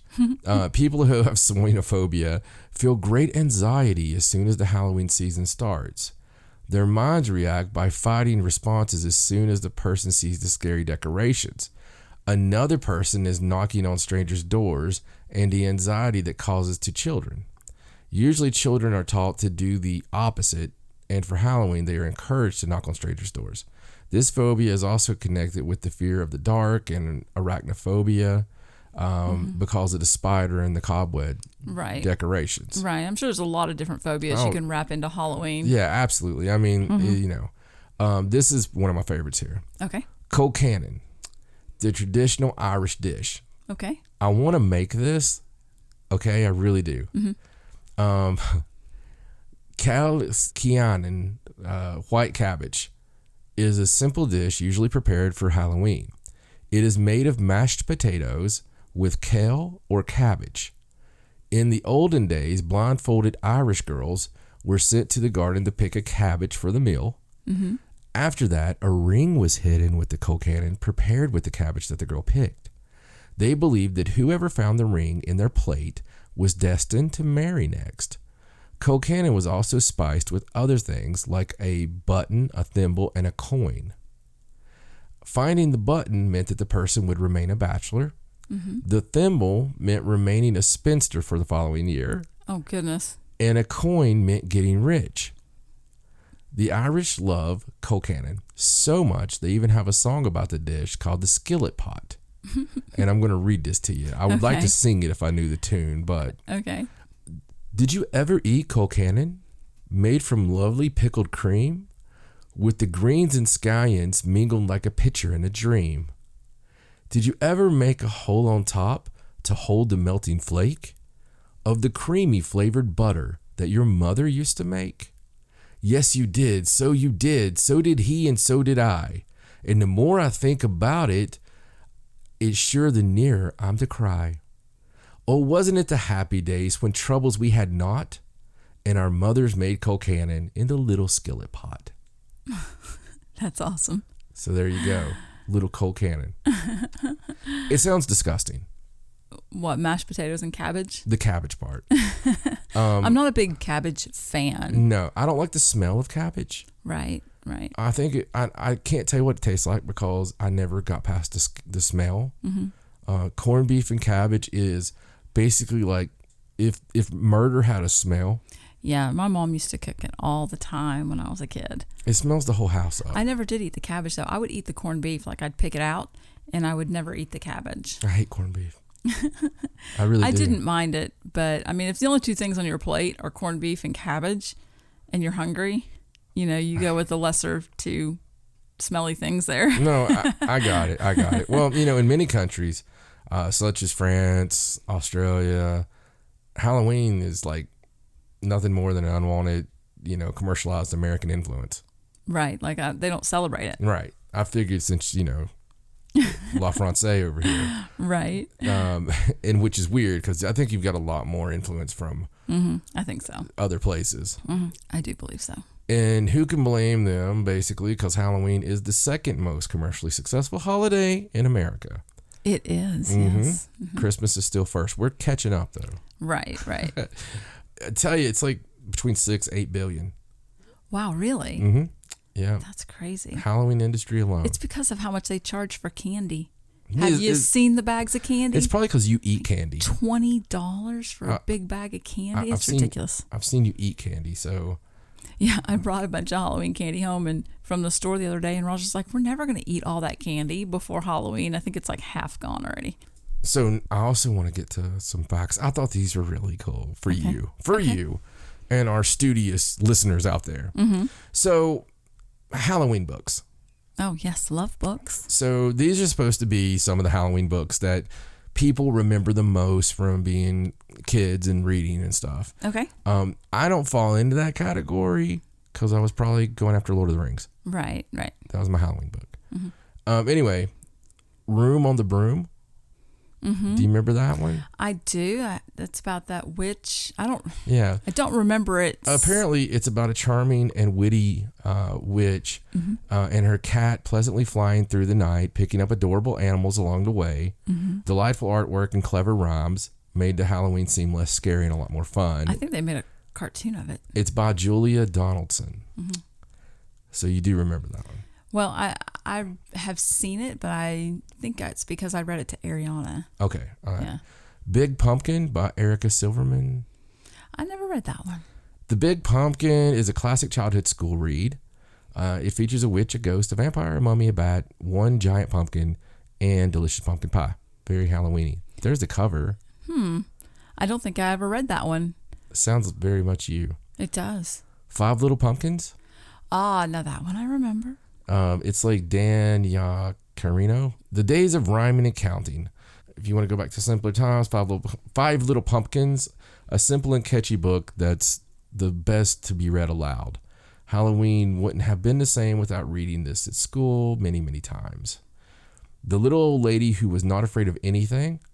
I've not heard of that one. It looks really cool. Right. Linda Williams. Let's see.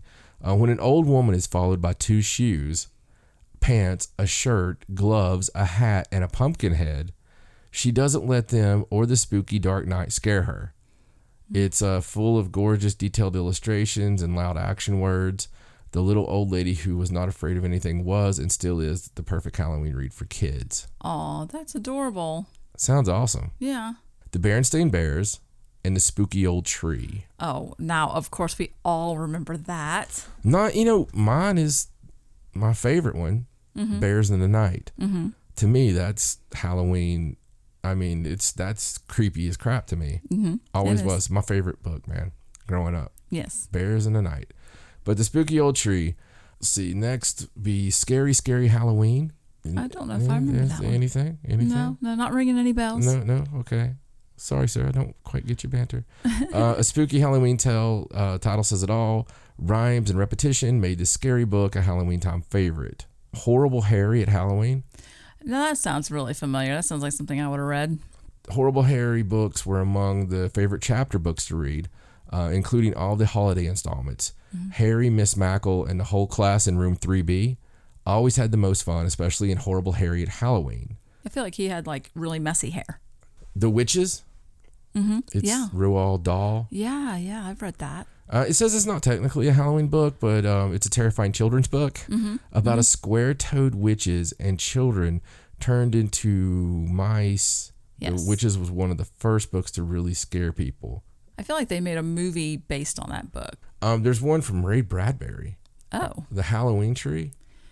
I believe I've heard of that, but I don't think I've ever read it. Well, it's supposed to be scary.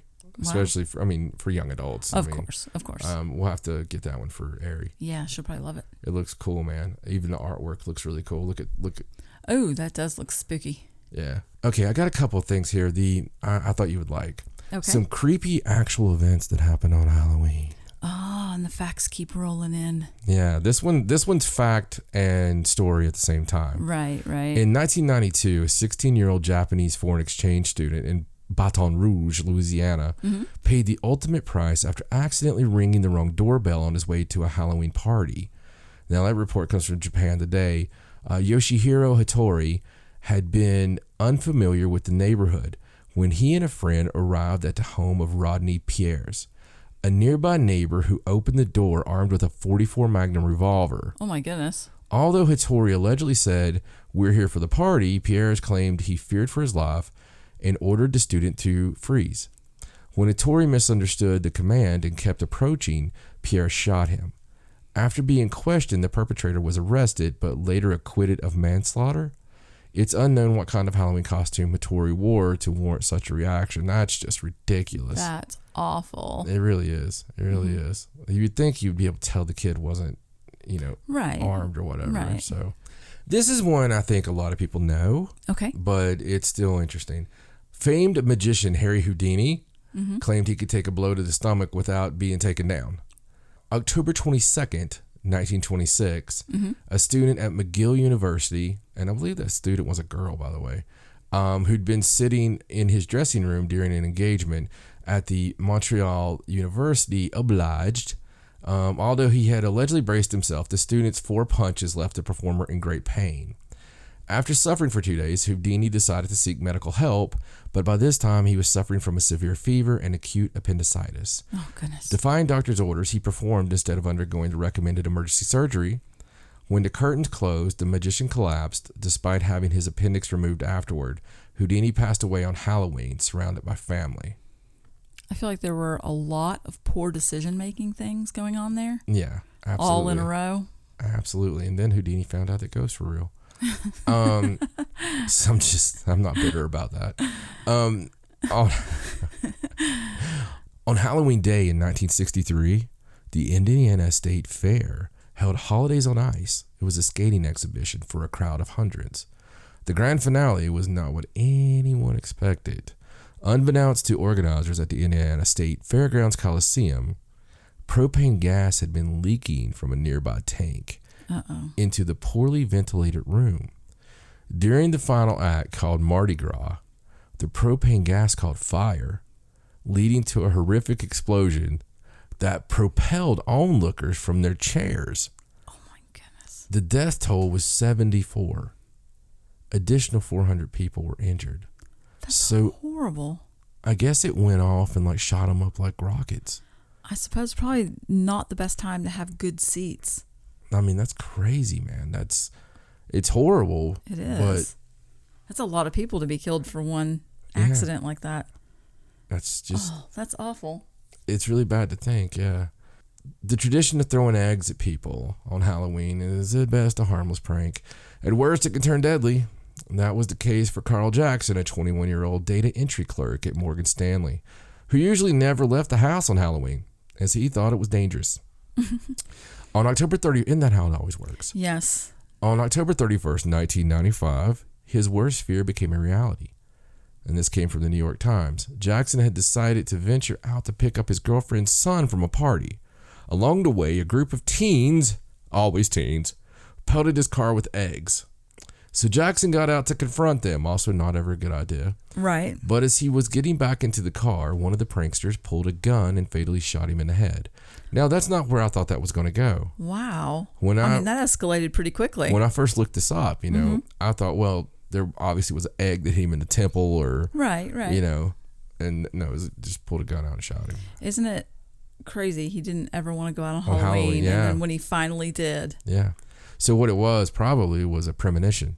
I bet it was some kind of psychic intuition. Right, where he just knew he didn't need to be outside at that time of year.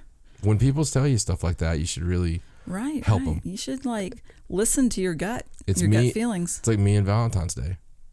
I mean, I can't do it. Man, I've had horrible things happen on several Valentine's Days. Mm-hmm.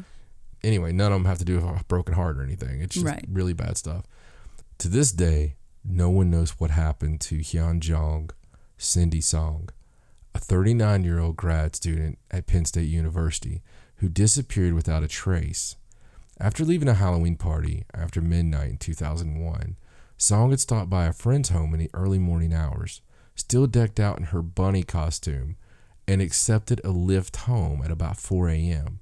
Slightly intoxicated, she managed to get inside of her home and drop off her belongings, including her backpack, her cell phone. She'd even removed her false eyelashes. But Song herself was never seen again. Investigators found no evidence of foul play and no activity on her credit cards or cell phone. The case eventually went cold. That's very strange. And that one really is, especially with the false eyelashes. That's you're ready for bed. Yeah, you take those off. And she didn't take her cell phone or backpack or was all anything, there, so she didn't leave to go anywhere. That one's strange. That is very strange. This is probably one of my favorite real events ever. Okay. On Halloween, just because it's so strikingly strange. And I'll go ahead and tell you the reason is because I believe that the person who we're going to talk about a premonition here. And I believe the person who had this was in league with the devil anyway. Okay. And I believe he was tuning in the devil radio or something, because David Berkowitz became infamous in the 1970s as the Son of Sam killer. But not many people know that he could also predict the future. Berkowitz was incarcerated when 39-year-old Ronald Sisman and 20-year-old Elizabeth Platzman were beaten and shot to death in their Manhattan home in the early morning hours of Halloween in 1981. Also, this is from the New York Times, by the way. Right. A fellow prisoner claimed that the Son of Sam had previously told him that a cult was planning to carry out such a massacre. Berkowitz was allegedly even able to describe the victim's apartment to a T, but police didn't have enough evidence to charge him with involvement in the murders, which remain unsolved.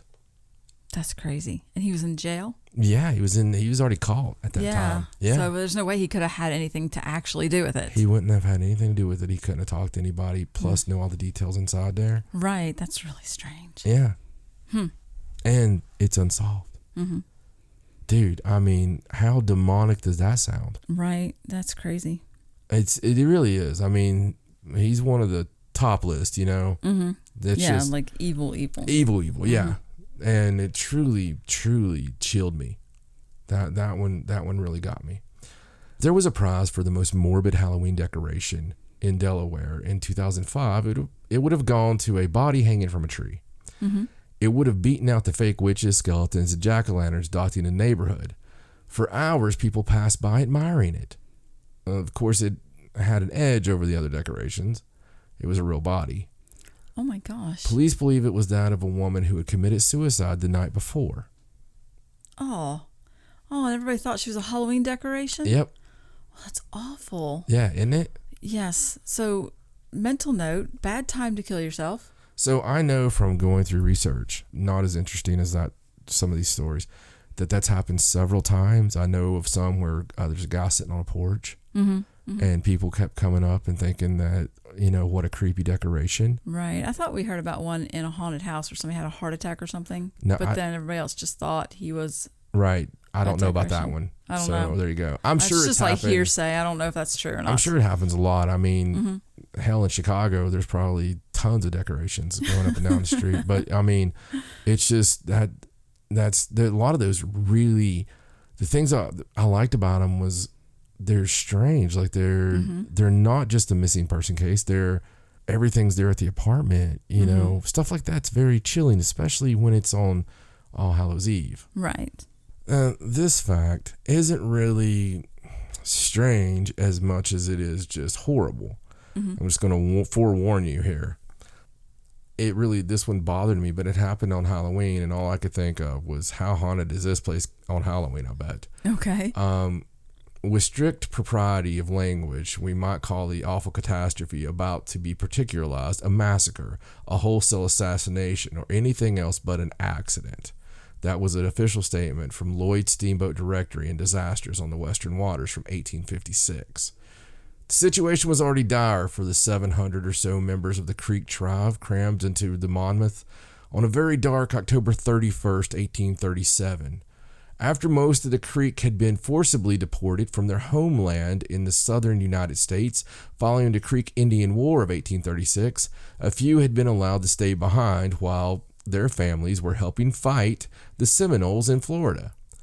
After the fighters returned, the remaining Creek were put onto boats to take them up the Mississippi, including one called the Monmouth.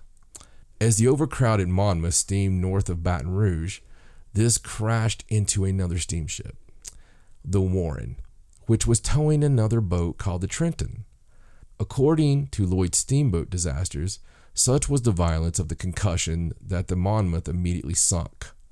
It is estimated that at least half of the Monmouth's passengers perished in the catastrophe. Though records are scarce because no government agencies ever investigated the incident. That's horrible.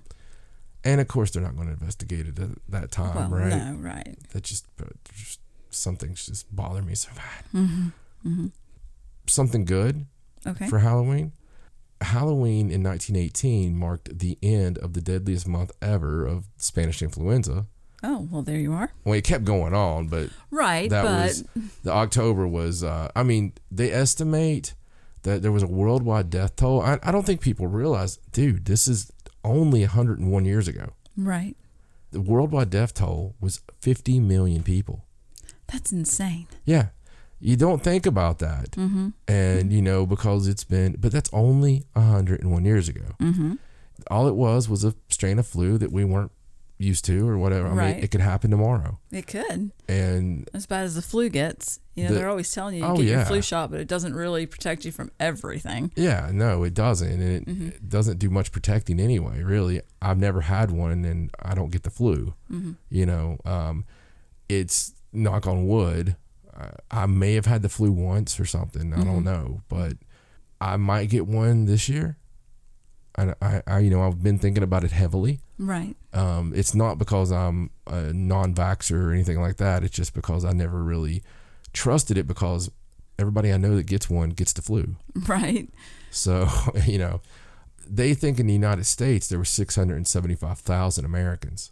Wow. That perished during the plague. But there was no single month worse than that October of 1918. There was 200,000 people that died during that October. That's just crazy. I mean, just crazy. All right, this is going to take a downturn now. Okay. Because everything we've talked about is so cheerful. Well, I didn't say it was going to be cheerful. I said that these are just some strange facts. Right. About the actual horrors of Halloween and stuff. So, we went from drunken Irish to, things like October 31st, 1922. That's when Mussolini was elected into power.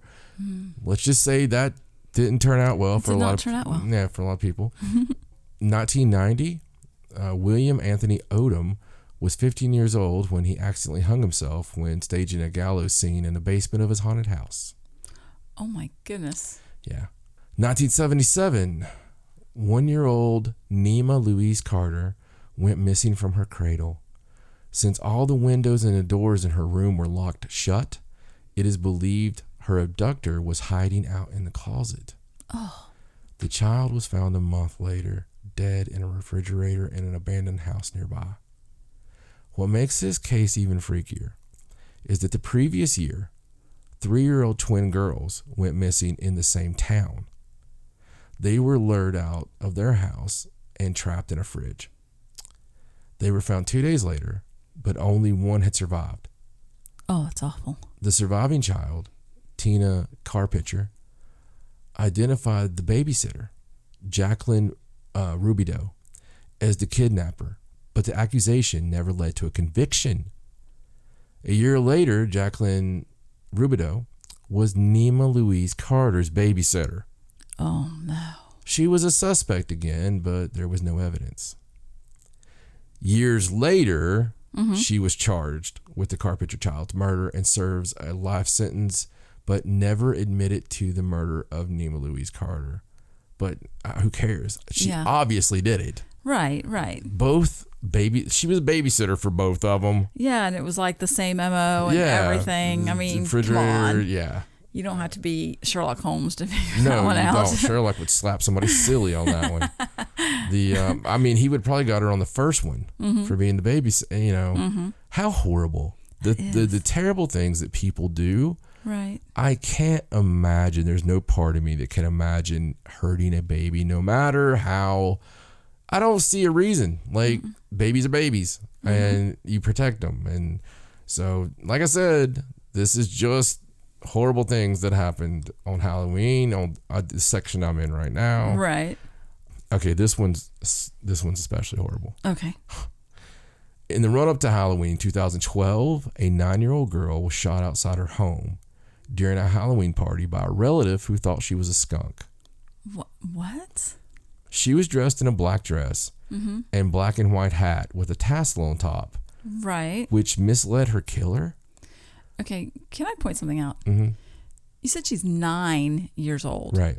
I mean, skunks don't get that big, right? Generally, I don't know of a skunk that is that big, no. No, I mean, that just seems like a cop-out. Oh, I thought she was a skunk. Yeah. So the child was shot in the shoulder, the arm, the back, and the neck. Let me say that again. The child was shot in the shoulder, the arm, the back, and the neck by her cousin, who you would think would know what costume she was wearing, right? Right. You know, and also know that skunks don't walk on 2 legs and are 4 foot tall. Yeah. And she was rushed to the hospital. She was treated. She lived somehow, but sustained serious damage to her internal organs, her spine. I mean, awful. It's horrific. It's little baby's life is just, messed up. I mean, I'm sorry.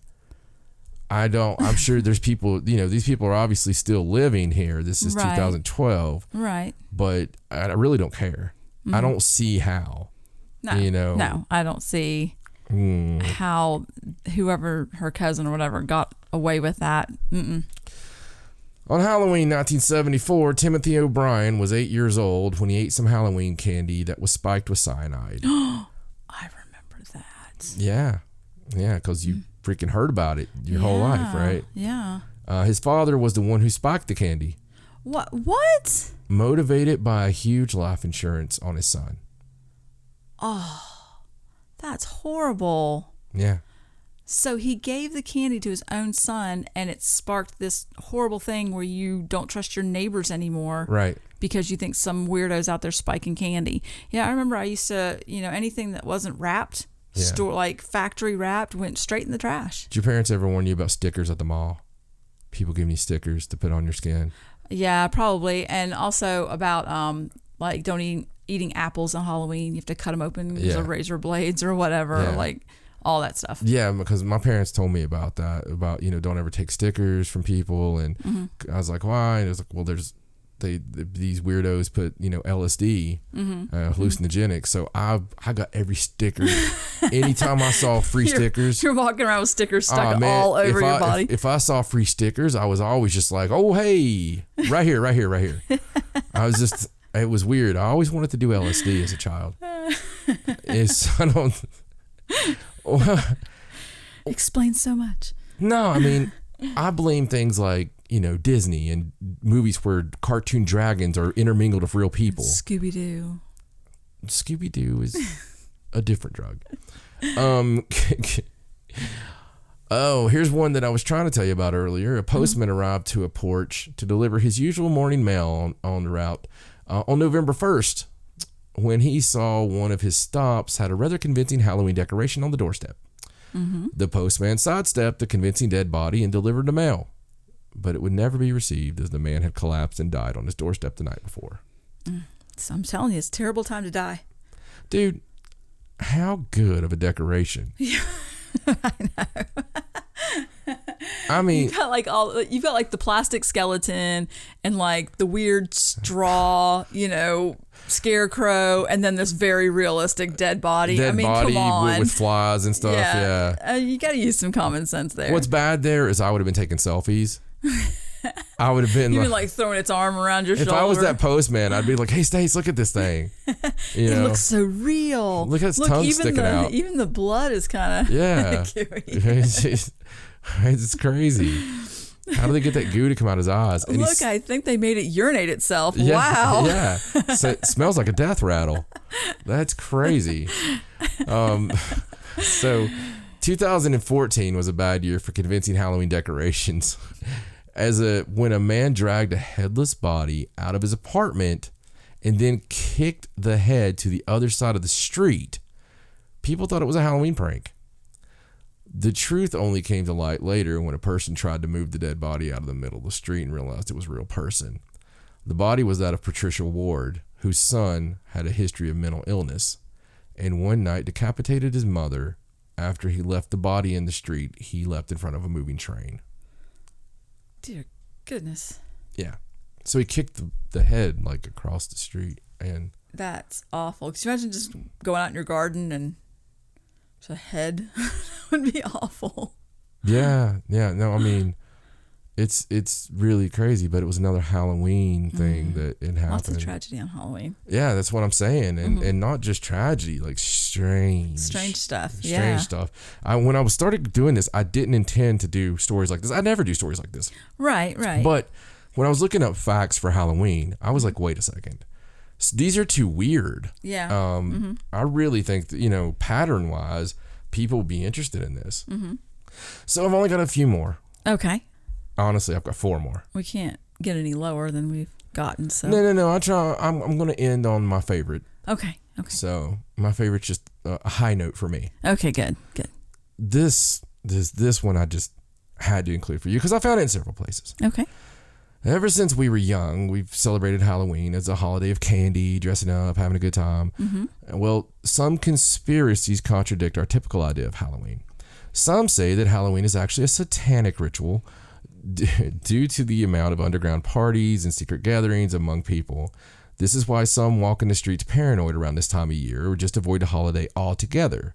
It's just, when I was looking around, I kept finding these sites that were, don't trust Halloween. This is the devil. This is, the devil's way of getting us to embrace Satanism early. And right.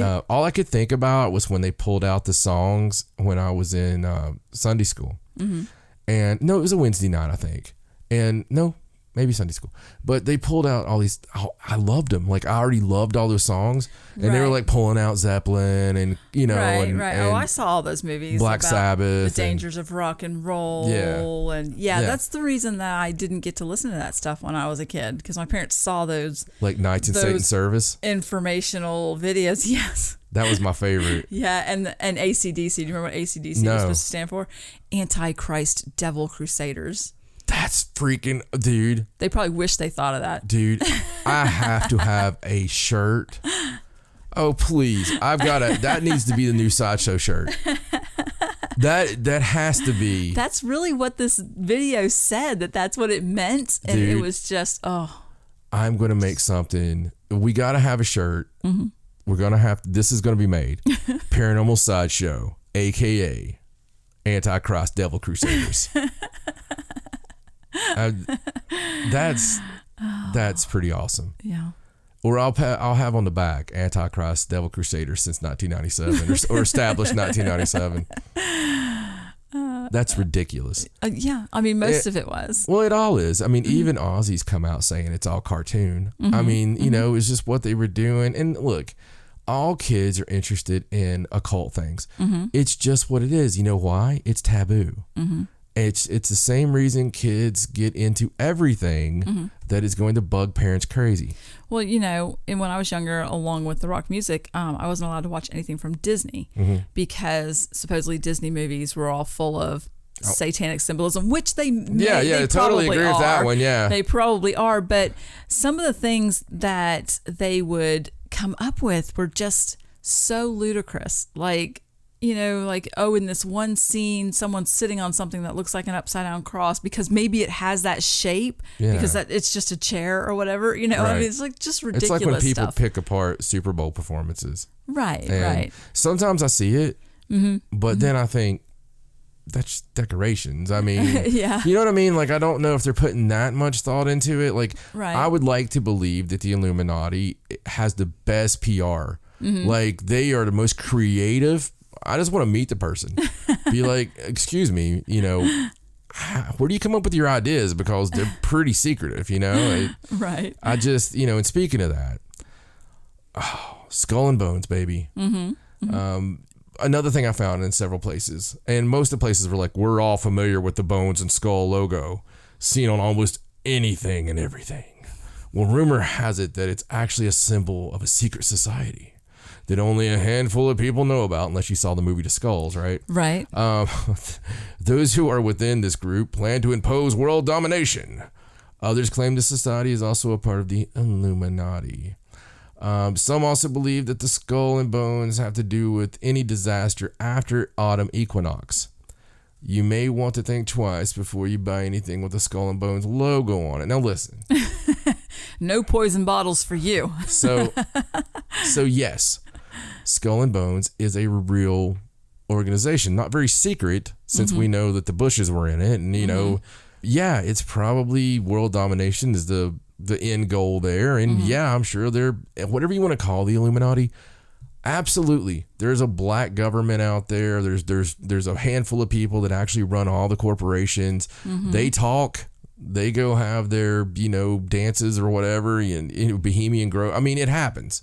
We know it happens. We all live under this regime, and a lot of the rest of the stuff is puppets and just there as paper champions, Yeah, we get it. But I love it when they make it like so, I would just have to laugh at it. I mean, it's out there in the open, people. It's not that hidden. No. So is that fact claiming that anything that happens after the autumn equinox, anything bad, it's them? Yeah. Wow, that's quite the assertion there. Something bad's happened. Skull and Bones. Yeah, Skull and Bones.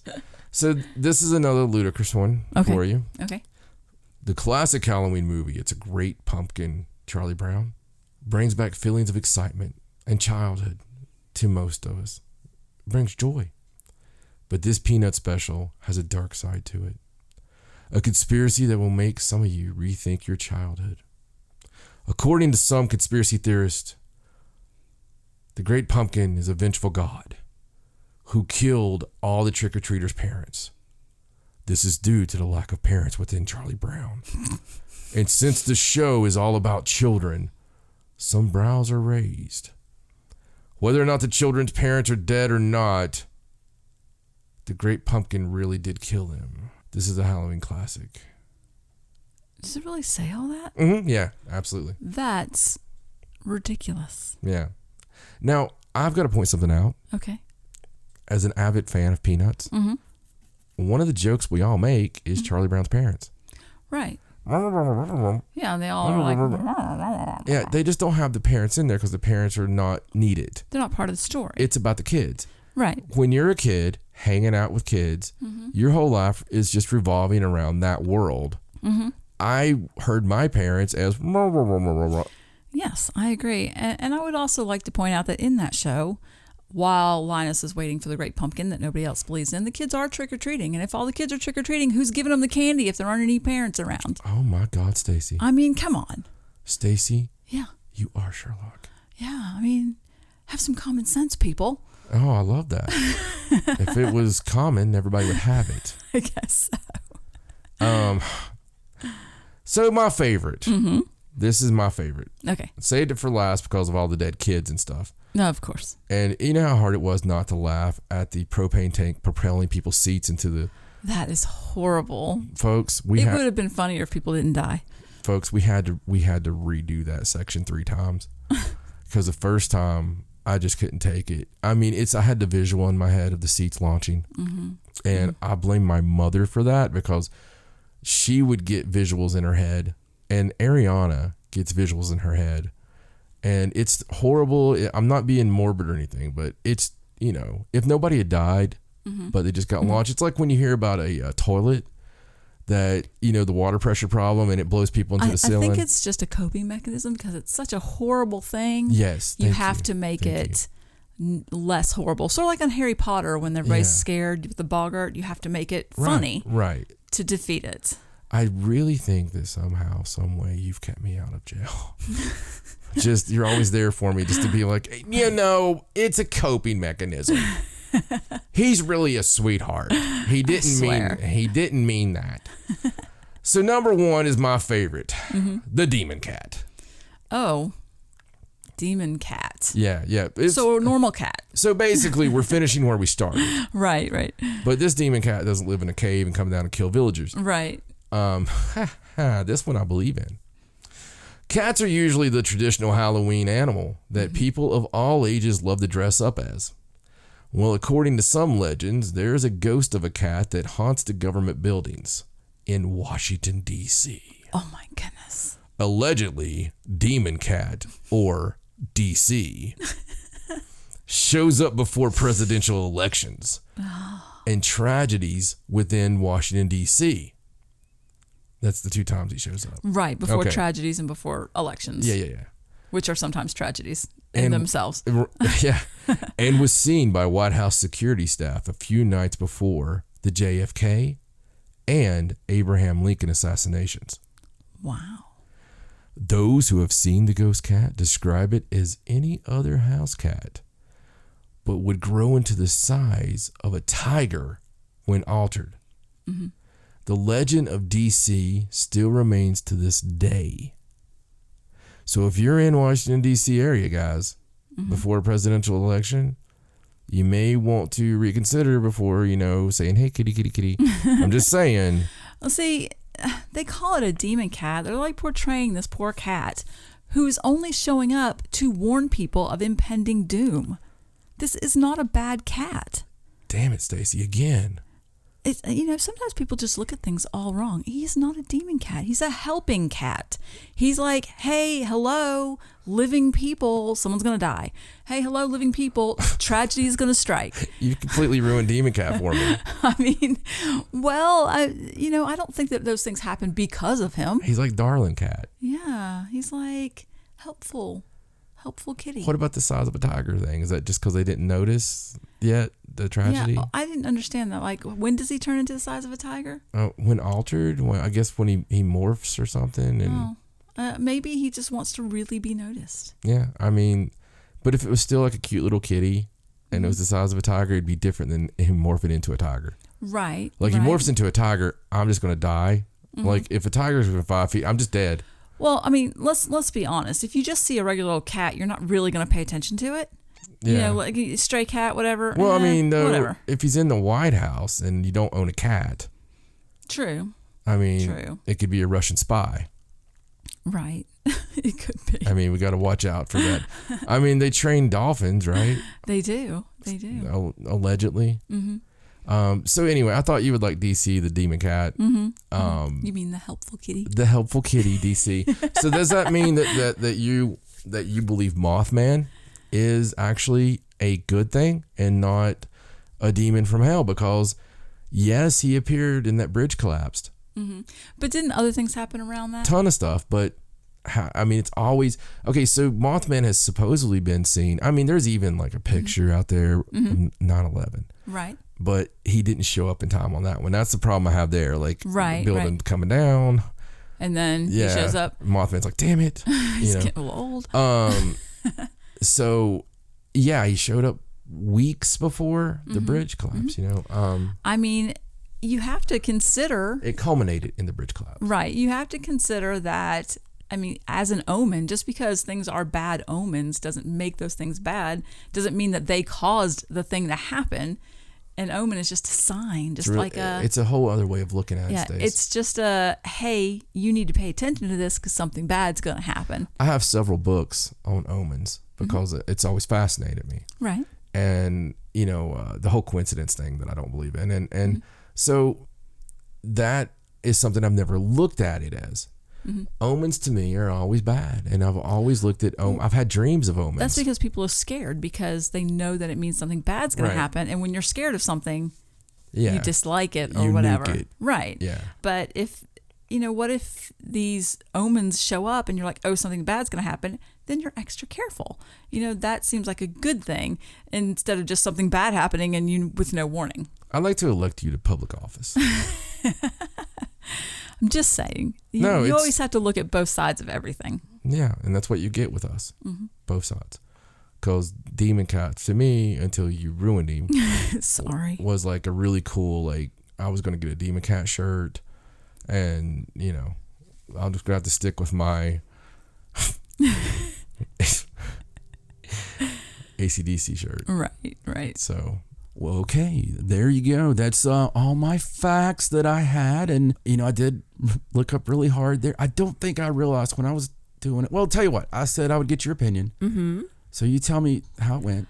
I mean, it was all really interesting. Right? Some was a little or a lot disturbing. This feels like my creative writing class. I just had this flashback to creative writing. Right. It was good but disturbing. Basically, yeah. Yeah, I mean, it's all interesting facts, and we've never talked about that stuff before.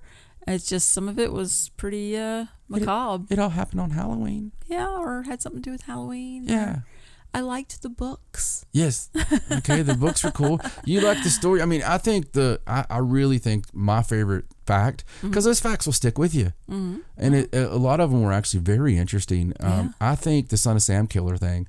That was pretty creepy. The premonition. Yeah. With no way of doing that. That's that to me just sticks with me. Yeah. It's something really that I'll tell people at parties.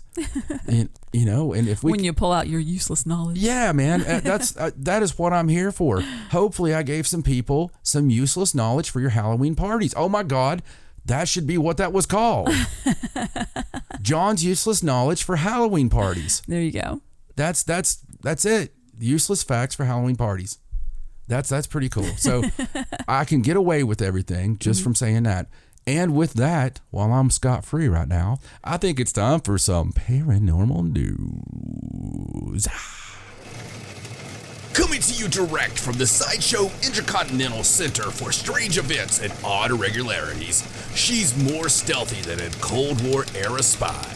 If it's from beyond the grave or above the sky, there's only one girl who looks under every rock to see. She's got your mysterious goodies and spell Stacy with an E. It's now time for Stacy Edwards and Paranormal News. So let's get to the news. Let's. All right, before I get into all the stories that I brought, I wanted to mention something that we've talked about before. Do you remember when we did our show way back about curses? Mm-hmm.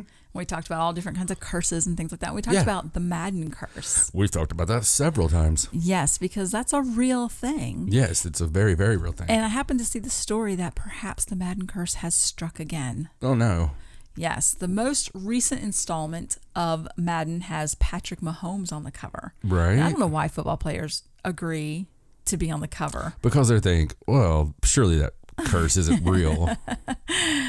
Well, it turns out this past Thursday, he was injured in the Kansas City Chiefs win over the Denver Broncos. I think he dislocated his kneecap. So he's going to be out for a while. Wow. Hopefully only 3 weeks, I think they said, but you never know. Stuff like that. And stuff like that usually starts and then it's, well, I mean, just think of last year, Antonio Brown. Yeah, on the Madden 19 cover. I mean, he went to crap and the hogs ate him. Yeah. I mean, he had a lot of discord this year. Yeah, yes. Discord's a good way to put it, I guess. But, you can go back through, if you just search Madden Curse, you can go back through almost every year. There has been a problem. I think it goes back to, the article that I read says it goes all the way back to 1999 with the Madden 2000. It had Barry Sanders on the cover. And then I guess he retired abruptly. Yeah. It was very weird. It was like a weird Barry thing. Sanders is just like, boop, I'm gone.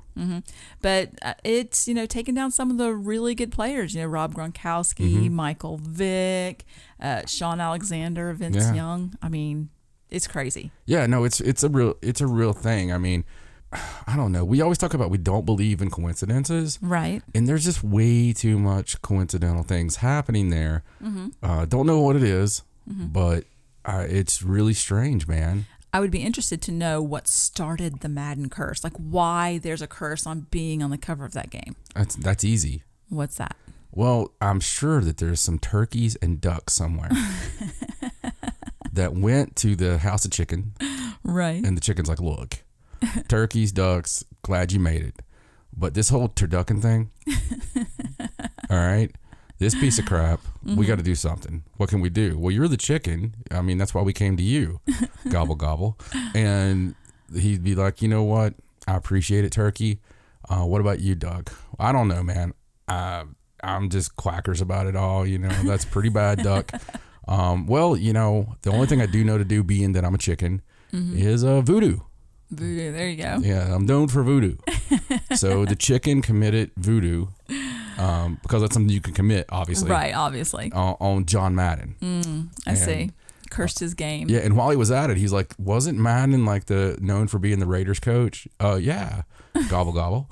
And he was just like, okay, well, let's just make the Raiders suck no matter who they get. No matter what players, what coach. For the rest of the time. Well, he screwed up the first time and actually put it on the Browns. So he had to do it twice. And we all know how that goes. Have you ever eaten turducken? No, I would not. I don't think I would either. Because of the fact that it obviously wasn't bred. Right. Right. If they actually talk the turkey, a duck, and a chicken into coitus, I would maybe eat that, whatever that created. Right. But the duck would be the hard part because if you've never seen duck junk, look up duck junk using the proper term other than junk for the male duck. Right. And be mesmerized as I was. Is it as mesmerizing as that seahorse having babies? It's okay. That's awesome. Seahorse having babies is just amazing. Bonobos are amazing. Just turn on a special on bonobos, and your whole look at the world changes. I see. It's the only nature documentary I felt uncomfortable watching with my daughter. And I mean, seriously, I can watch Game of Thrones. I'm talking about the old one. Right. I can watch Game of Thrones. I can watch anything with it. Doesn't bother me a bit. A bunch of bonobos are like, you know what? I mean, they might as well have been like. I mean, it was horrible. One bonobo comes over to fix the cable. Where does that? What? Seriously, what? I have no idea. What, have you ever seen them? They're like they're smiling the whole time. No. Well, I mean, they've got one rule that the mother doesn't sleep with the son. Everything else happens. That's a good rule. Everything else happens. Oh, okay. Well, it's probably an interesting documentary. Yeah.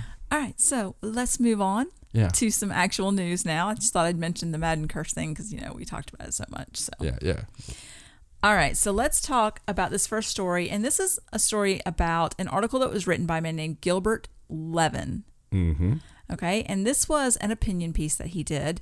And the title of it is, I'm convinced we found evidence of life on Mars in the 1970s. Right.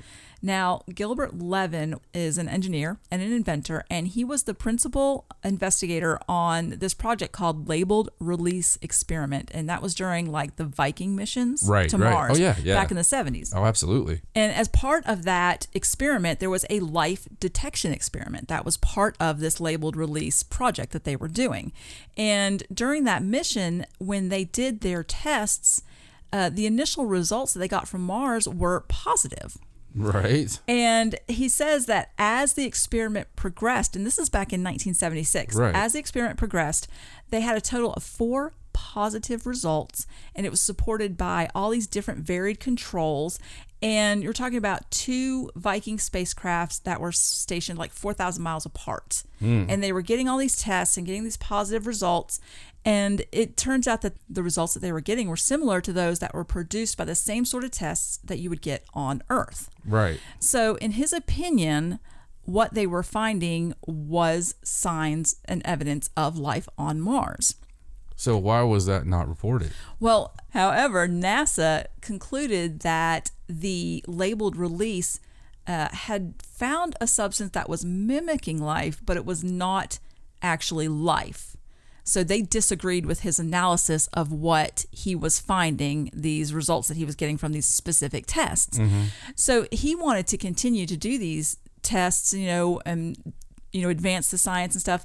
But he said inexplicably, over the next 43 years since the Viking, none of NASA's Mars landers have carried any kind of life detection instrument. Right. Nobody's followed up on his results that he got back in the 70s. They disagreed with what he said. They thought that he just found something that was sort of mimicking life, and then they just didn't explore it anymore. Right. They put that to rest. And so this whole article, it's really interesting. It goes very in detail with everything he found and all of the subsequent discoveries we've made through the years with Mars, and how that just supports in more what he found back in the 70s. You know, as a small child, when that was going on and stuff, you know, there was a lot of things. You had shows like In Search Of, we've talked about before, and you didn't have a whole lot out there, right? I mean, at most you would have that, and you would have like some kind of show on the Fantastic or whatever. And I remember seeing The Face on Mars. Right. And that really, it didn't frighten me, but it intrigued me so much. That was the first thing that made me want to be an astronaut, was The Face on Mars. Right. I wanted to go find life in space. And of course, Star Wars helped. You know, I wanted to battle people in space. Of course. But I remember, you know, always talking about the movies. Everything was creepier in the 70s. Everything was scarier in the 70s. Everything was, it was like the last era of wonder. And, you know, where you were like, it seemed like everybody was on the same page as far as, let's find this. Let's, you know, it's still mysteries and all this. And of course, I don't have a lot of memory of it. But the whole thing, the point I'm making is, I truly believe, there's a lot of people out there that say, I was part of the secret space mission. I've been part of the secret space force. I've been blah, blah, blah, blah, you know. And we've talked about that before. We've talked about how it sounds ludicrous, as do some stories that have happened to us personally. Okay, so I kind of look at it objectively, as we always do. Rule number one with us is we don't shame people. We don't make fun of people. We listen, at least. Right. And listening to that, you have people that are lawyers, people that, you know, are not by nature nutty people. Right. And then you have things that have happened, like when it looked like there was a shadow of somebody fixing the rover a couple years ago. And I mean, it was just something that was there, but what ruins that is that comes out, and then the 10,000 pictures of a rock where people are matrixing. Right, and they're like drawing pictures on it and saying, "Look, it's a chimp riding a motorcycle." Exactly. Thank you for getting in my mind. Right. But so what's wrong with this article? I'm the one being serious, and you're the chimp on a motorcycle. And I think there was really an article. Oh, chimp on a motorcycle. Stop it! Wouldn't it be funny if it really was chimps on motorcycles? Right. We'd be the ones going, oh. No, I would be the one that was going to Elon and being like, okay, look. I need to go to Mars. I got to go now. It's a planet of monkeys that ride motorcycles. Right. I hope they dress as Evel Knievel. Oh, my God. Why wouldn't they? Wouldn't it be awesome? Anyway, whatever is there, I believe it's more than microbial. I believe, personally, that not only did we have an incredible presence there at one time as human beings, I believe that the evidence is overwhelming that there are pyramids, that there are structures, ruins. I will say ruins, but I do believe that underground there is every bit of a culture of I believe that they probably went underground. If you look at evidence that mimics here on Earth, things that we do here on Earth, and that's really, it's not anything I've watched, but just using my own mind. Right. I think, well, what did we do before this group of men were here? Okay. And we talked about this before, and so the listeners are already educated on this. For those first-time listeners, you know, if I've got some pop star in LA listening or something, I gotta put stuff like it. You know, hi Demi Lovato. I gotta put this stuff out there. Right. You never know. And say that we believe that, you know, there was a time before the last cataclysm. And you can go watch some wonderful, you know, like Graham Hancock, you know, you go out there, look that stuff up, and really, you know, his thing is really what happened before the cataclysm of like 12,000 years ago or whatever. Right. And really, I think some of the theories are, you know, like the Great Pyramid, right? Was already there. Right. The Sphinx was already there. And, Right. They've added to stuff. And it's funny because if you go, Bright Insight is a great thing on YouTube to go look at and watch. Mystery History is another one to go watch. It's got some really good stuff. And it kind of shows you how not only does everything around the entire world sort of, there's similarities on your pyramids. There's similarities on a lot of the building and a lot of the techniques where people say, well, there's no way we can do that even today. And they'll have these certain little like rivets that are the same everywhere. Really, the prevailing theory is that, we kind of moved into some of these things after the cataclysm or whatever, kind of a new age of man. And if you look at the architecture, the interesting thing with Egypt, as the years have progressed, the pyramids that are newer have gotten worse. Right. The architecture is similar and interesting and great. Right. But not better. Right. So how do you explain? Yeah, I remember we watched some videos where they would show you that what the older stuff was very precise and well done, and obviously that's why it was still there. Machine and then cut. Whatever was built on top of it was trying to mimic that, but it was like a kid had done it. It was just exactly not as good. Right. You could see the chips and stuff like that. And really that's one of the strangest things. If you just think about that, think about right now, we build a building. Okay. So in 100 years from now, are we going to build that building better, or are we going to go back to logs? Right. And we know the answer. It's just a rhetorical question, but there's so much more than just that. So when I look at Mars, I see things that look like pyramids, which makes sense if you're looking at a time when we could either travel between both planets, or we left one planet to come to the other planet. Right. For whatever reason, because of a cataclysm there. There's proof that happened. Right. There's an asteroid belt there that looks like maybe something blew up. So maybe something came through. That's all conjecture. We don't really know. But I'm just saying, going on evidence to evidence, what things look like. We know there was water there. We know there was a story last week about a utopia. And so the more we do it, it's almost weekly, there's a Mars story. Right. And now there's all this interest to go to Mars, right? There's all this interest. We're going to do this. We're going to go here. We're going to do that. Well, I think about things that have come out over the years and, which are very strange. And I was talking about the people that said they were part of a space team or something. I like the story from the UK. Okay.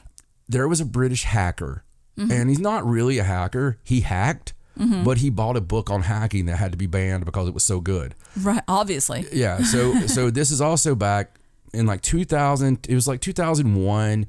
Gary McKinnon, the British hacker, I recognize that name. Who not only did he do something, he was kind of showing how easy it is to get into the back doors of the government and stuff. Right. He was, the way he put it, there was rudimentary security. Right. There was nothing. Like anybody from all over the world probably was in our stuff, Right. And so he goes in because he had read a book called The Disclosure Project. And The Disclosure Project talked about, well, actually in his words, looking it up here, a Wired magazine back before his sentencing. And the thing is about him, they went bananas to get him. Like they wanted him extradited. They wanted him. They went after him harder than bin Laden. Yeah. And it was just a huge deal. And he's like, look, he's never been in trouble. Right. Never done anything, and instead they're looking at life in prison and all this stuff, right? Back at the time. So anyway, he did an interview right before all that with Wired magazine. And they're like, well, what sort of evidence, And he goes, well, a NASA photographic expert said that there was a Building 8 at Johnson Space Center where they regularly airbrushed out images of UFOs from the high-resolution satellite imaging. Now, we've talked about that. We've heard about that. We've seen people testimony that on videos and stuff that, hey, I worked there for a short time, and my job was airbrushing this, right? Right. So I logged on to NASA and was able to access this department. So he knew where he was going, which helps. Right. They had huge, high-resolution images stored in their picture files. They had filtered and unfiltered, or processed and unprocessed files. My dial-up 56K connection, again, 2001, was very slow trying to download one of these picture files. As this was happening, I had remote control of their desktop, and by adjusting it to 4-bit color and low screen resolution, I was able to briefly see one of these pictures. It was silvery cigar-shaped object with geodesic spheres on either side.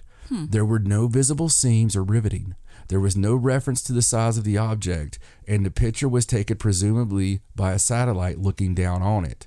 The object didn't look man-made or anything like what we have created. Because I was using a Java application, I could only get a screenshot of the picture. It did not go into my temporary internet files. At my crowning moment, someone at NASA discovered what I was doing, and I was disconnected. I also got access to Excel spreadsheets. One was titled Non-Terrestrial Officers. It contained names and ranks of United States Air Force personnel who are not registered anywhere else.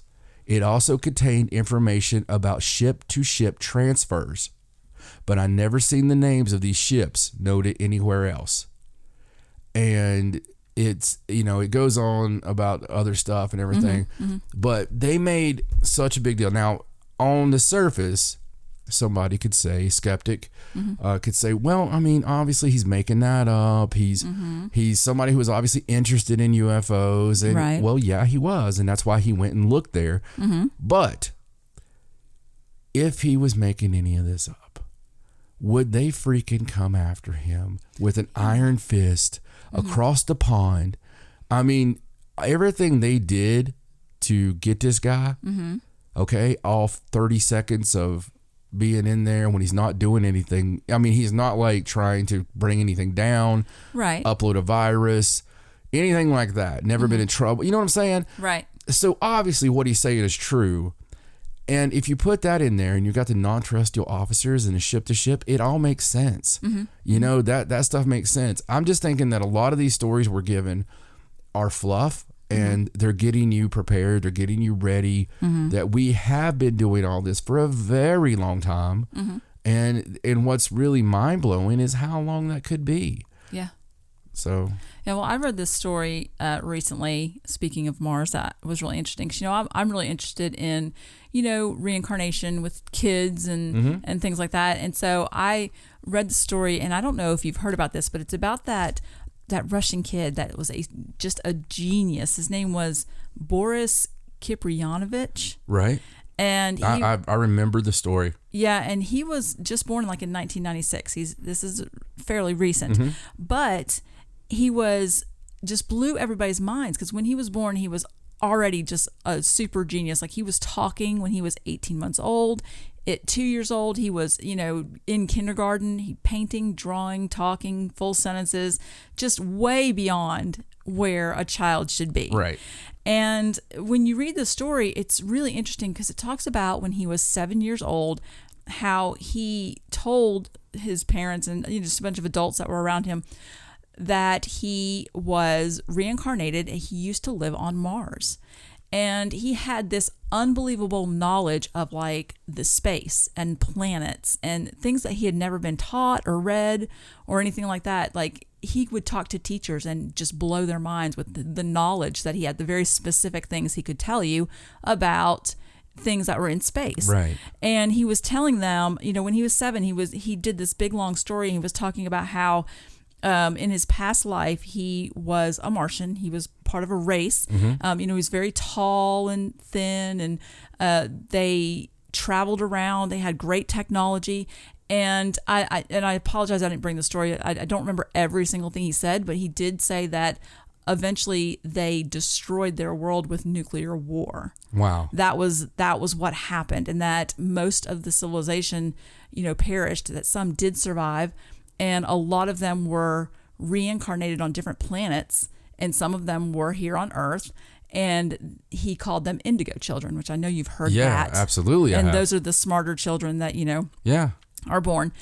And some of the more interesting things he said, though, he talked about how when in his past life, when he was a Martian, that he would visit Earth. And this was way back. He said he visited the Egyptians, when they were in their heyday. And he talked about how the Sphinx holds all kinds of knowledge, and that when it's opened, it will change the world. Yeah. And he mentioned something about there being a mechanism to open it behind the ear, but he didn't really remember. He just kind of remembered it was somewhere near the ear, and that there was a lot of stuff in there. There was something in there, and something about the pyramids too, I think. But he also talked about how they traveled, and a lot of different things, and how that they thought that the Earth was on this same kind of path that Mars was on at one time, before they destroyed themselves, and how he doesn't want that to happen anymore. The Indigo Children, they don't want that to be our fate, because that's already happened. And one of the things he mentioned was that some of the Martians that survived this terrible nuclear war still live there underground. Wow. And that, he doesn't know if maybe they're almost extinct or if they're still there, but some of them did retreat into the planet. Yeah. And just to think that he was 7 years old talking about this, and you can go on YouTube and there are interviews with him when he was like 11.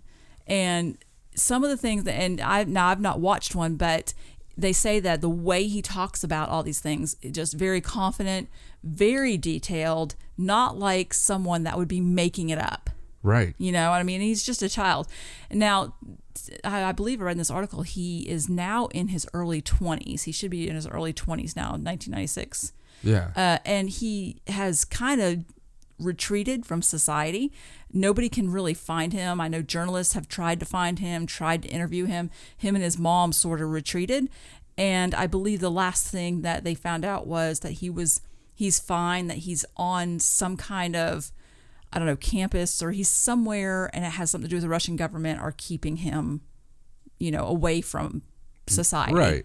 So I don't know what that's all about. It's a very interesting article, though. If you read everything he said, right, it makes a lot of sense. Yeah, I mean, that's really, and going back to things on Mars that, when I see something here that's done or could be done, why wouldn't it be done there? It's like the underground city they found in Turkey. Okay. I know that if anybody has ever watched an episode of Ancient Aliens, there's a good chance that you've seen the underground city in Turkey. And what they found there was an ancient multi-level underground city, and it could actually hold 20,000 people. And it went to a depth of about 200 feet, and seriously sheltered 20,000 people. Wow. And their livestock and food stores. And it was the largest excavated underground city in Turkey, but it's one of several underground complexes found throughout the world. And the crazy thing when they go to it, they normally, and I'm just going to say it as it is, they normally lie about how old things are. Right. But they still say 8th century BCE. So good Lord, you're already saying that it's BC, right? Right. That's their easy way to get around stuff. But you look at some of the other complexes we found that look like it's kind of telling us history. Göbekli Tepe we talk about, and they found other ones of those now. And I think we're to that point. And of course, they always try to cover the stuff up. It should be on the nightly news. Right. Instead of having something political and making everybody hate each other. The first thing I would put on the nightly news would be, oh, hey, by the way, we found this stuff that predates us making tools. And, right. And, it's got pictures of plants we've never seen, or, it's almost like it's a wheel telling us things. And, and the thing with the Sphinx, we know the depths that the Egyptian government's Mazawi has went to, when he was in charge of everything, right, to hide things and to right. And we know from that one video we saw that they obviously excavate things before they let people know that they're excavating. Like, they do it first, and then they're like, oh, hey, once they figured out what it is, because they were redoing it, look what we found, and found a whole nother level, and then closed it off to the public.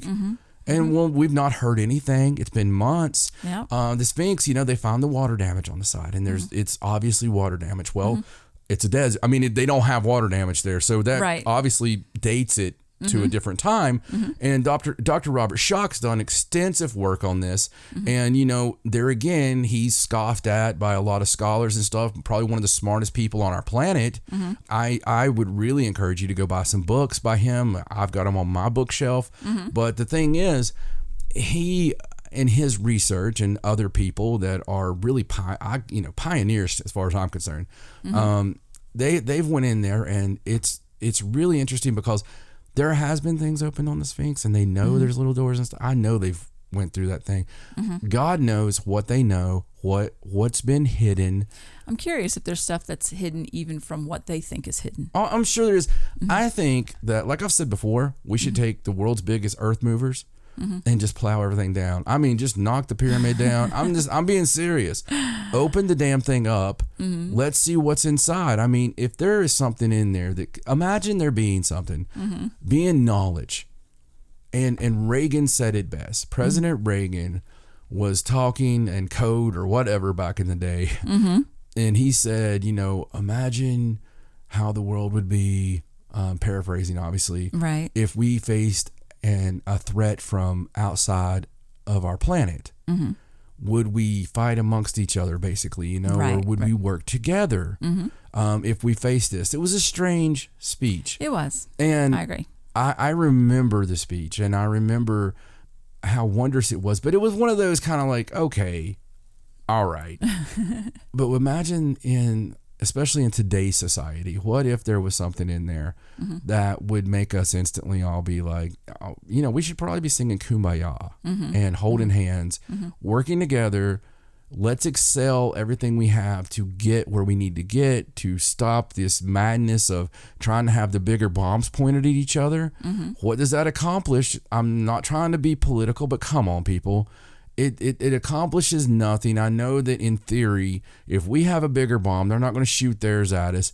But that's all well and good till some moron, just some crazy person, which there are crazy people if you listen to our Halloween thing, I think that we need to be focused on thinking about things like Mars, thinking about really letting them know, or the government, if you're listening, hey, I know you are, be a great time for you guys just to say, all right, look, here's what we know, whether you're ready for it or not. We think you need to know this. Sorry for all the things that have happened. Sorry for the abductions. I mean, if it took a petition, okay, we're not going to hold you legally liable. Okay. You're not going to be held in liable for any of the stuff that's happened, even though it's bad and you should have told us. Here's 1 million signatures. Okay. We're not going to hold you for this. We just want to know the truth. And I think everybody does. So tell us the truth. Right. It seems to me that we absolutely have beings on Mars, and I do believe they're underground. I do believe Mars is not the only one. Right. The others would be moons, that there is life. I believe that something is wrong with our moon. I don't believe that it's natural. Right. I believe that there's something more to it, at least, and ruins and things like that. Because if you were a Martian and you came to Earth, you went to the moon or whatever. I mean, right. And even the Black Knight satellite, it's been up there since we've been looking at the sky, and it just goes around the Earth, man. Just goes around the Earth, and it's not ours. Nope. And it's kind of like common knowledge, like they know it's there, right? But why would they? I guess if they don't acknowledge it, it doesn't exist. Right. I know. I know. But it's a really interesting topic. It is. I'm Stacy and I are both as fired up as each other on this stuff, because over the years of, my God, over a decade of research into this kind of stuff, and we've looked at the fact of, this is the conclusions. This is, when you look at story after story after story, you sort of build theories and conclusions on stuff, but go ahead. Well, back to this particular story I was talking about, it's the article that he wrote was really interesting. And another thing that I thought was interesting is that NASA came out with their own article and interview where they publicly denied that they found life in the 70s. Like, they felt compelled enough after this, he wrote this opinion piece to say, look, we are looking for life in the universe, but we don't believe that it was found in the 70s, despite what some people might say, basically that kind of thing. Wow. And to me, that's almost like Yeah. protesting too much, you know? Absolutely. They normally don't do that. No, normally they don't. And Gilbert Levin even said in his article that, the newest Mars lander, the one that's going up next year, it doesn't have life detection equipment. Now, they're going to be drilling in and bringing samples back, and, the European Space Agency is going to do some kind of drilling and like on-site remote testing or something, but they don't specifically have life detection equipment. So they're still, to this day, not following up on any of those results that he got back in the 70s, which I think is incredibly odd. I mean, if they say that they're looking for some type of life, you think that would warrant further investigation with newer technology. I mean, think of all the newer technology that we have now where those tests could be repeated. And if you really don't think that he discovered life, why not just do the test again and say, look, see? Yeah, exactly. It's not life. And, so it's very strange. The and we whole could get up there strange. Without humans, just using robotics, we could get up there a lot quicker. I mean, it's, it wouldn't even take that long to send it up there, but just like you said, obviously you could stick it right to him and say, okay, look, here's this whole craft, nothing but life detection. Right. Every kind of life detection we can come up with. And you send it up there, see what happens, right? Right. And that's not going to happen. No. It's to the point, like, we could have a 24-hour live cam. Now, there would be a delay. Right. But we could have a 24-hour live cam probably come from Mars with somewhat of a delay. Right. But there's got to be something like that we could, and have, have all the amateur astronomers, as they like to say, watching it all the time. A lot of things like that we could have. Why don't we?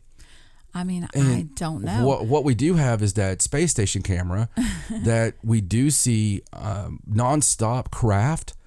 And people do watch that all the time, and when they find it, it always switches to another camera or malfunctions. We see stuff near the sun, and there again, they're always like, it was a glitch, Yeah. I mean, there was that one that looked like a freaking bird of prey Klingon vessel, and I don't know, man. It's just, we know, right? Because you've got everything that's come out with Tom DeLonge and all them. So we know that much. We've got it coming out saying, okay, well, there's these things we don't understand.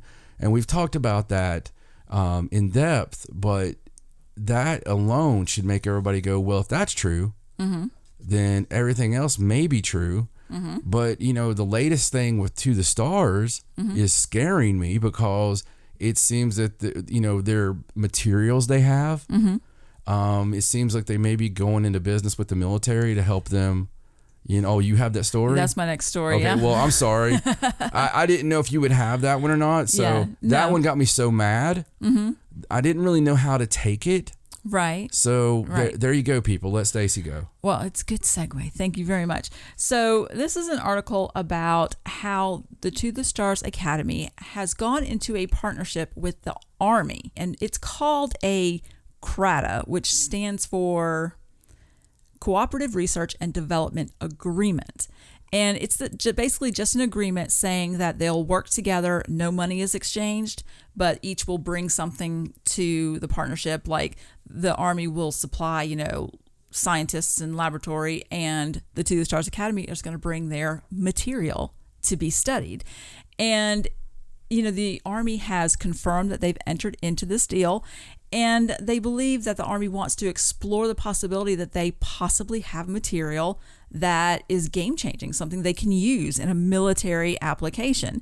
And, we were talking about how they were teasing about this material, and people were like, well, they've not proven it, they've not shown us anything, but just the fact that the Army has taken this step leads me to believe they really do have something amazing. Yeah. That they don't want anyone else to get their hands on. I mean, again, to me, obviously, the Army has taken a look at it, or they wouldn't even have worried about the agreement. Right. They've taken that step, and they have had experts. I mean, let's not be dumb.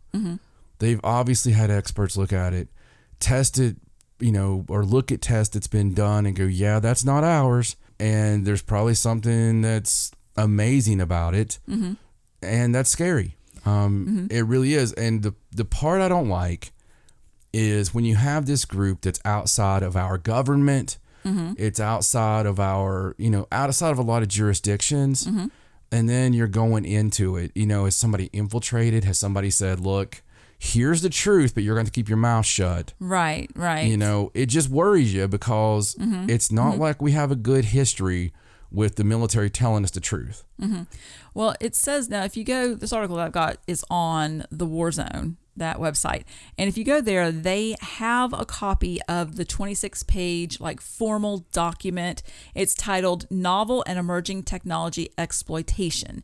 And there are some minor redactions, things like contact phone numbers and names and things like that. But for the most part, you can read the agreement, and it's just seems like that the Army wants to attempt to verify the Stars Academy claims about reported metamaterials and associated technology innovations.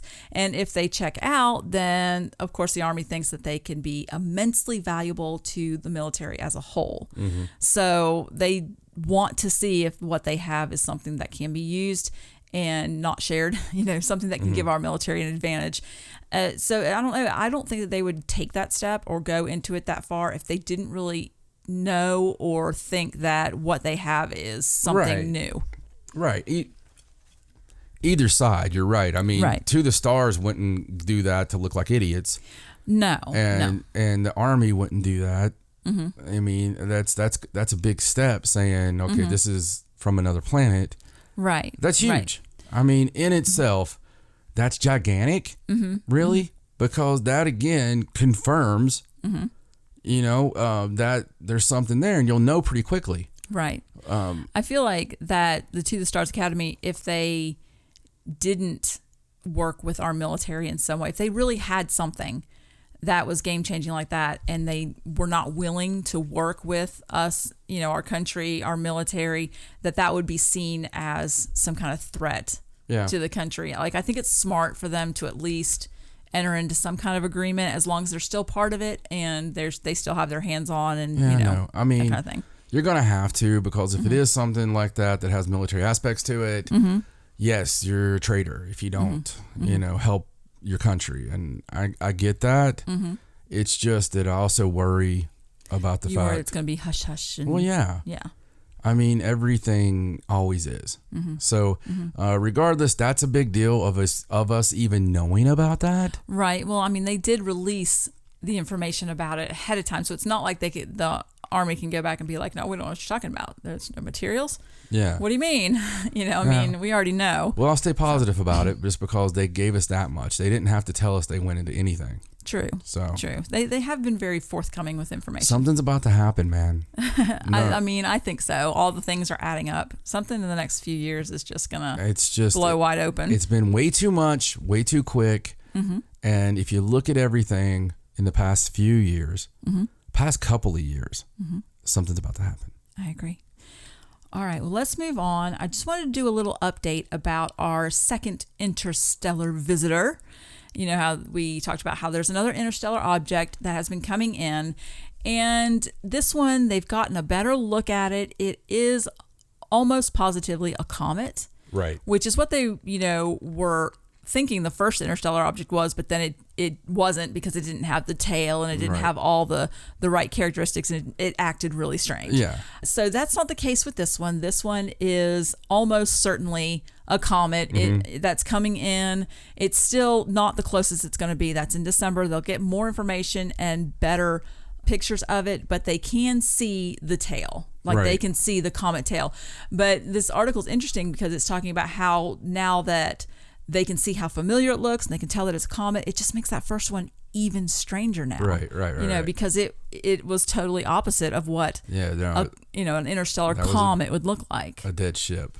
I really think so. Yeah. So just an interesting little side note for an update there, that they are saying, hey, we've seen this, but now they can't say that the first one was a comet and just looked weird because it was interstellar or something. Right. I mean, now you can't say that because obviously interstellar comets look like comets. Exactly. And I mean, so I don't know, man. The first thought I had on that first one that was such a big deal was that maybe it was on some kind of course, deep sleep, long travel, Right. That kind of thing. So maybe they didn't even know that they were being noticed, Right. Or it's a ancient ship Right. that's caught in some kind of automatic loop or something. It's really strange. I mean, it was obviously huge, or it wouldn't even have been noticed, Right. Because we get sideswiped by asteroids every few, and meteors every few days. But no, that's really cool to have that comparison. Okay, well, since you mentioned asteroids, I'll just do my next story here about some asteroids. Are you looking over here at my news? I guess it's Segway night. It must be. All right, so this is a story about the European Space Agency and how they recently added a new asteroid into its risk list. Oh, wow. I didn't even know this was a thing. Yeah, no, me either.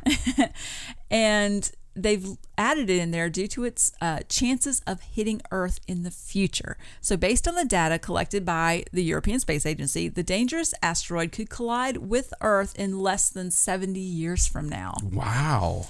And it's currently listed as the 4th most dangerous asteroid in the risk list. And aside from that list, it's also in the agency's priority list, which means that they're keeping a close eye on it. It's top priority. Pay attention to it. I believe they say the chances of it hitting Earth are 1 out of 152. That's way too good of a chance. I know. And they noted that the potential Earth impact might take place on September 16th, 2084. And during that time is when it's expected to approach Earth. And right now, the trajectory is that it's going to come within about 73,000 miles of Earth, which in space terms is ridiculously close. The problem is that as it's coming towards Earth, it's going to pass a lot of other planets. And if any of those other planets, if their gravitational pull alters the asteroid in any way, it could easily send it just crashing into Earth instead of missing by 73,000 miles. Right. Now, as you read this article, once you get to the bottom, it does say that fortunately, the asteroid's not big enough to cause major impact event. So they've given you this whole article about how it's going to hit the Earth, but that it has an estimated diameter of about 46 feet.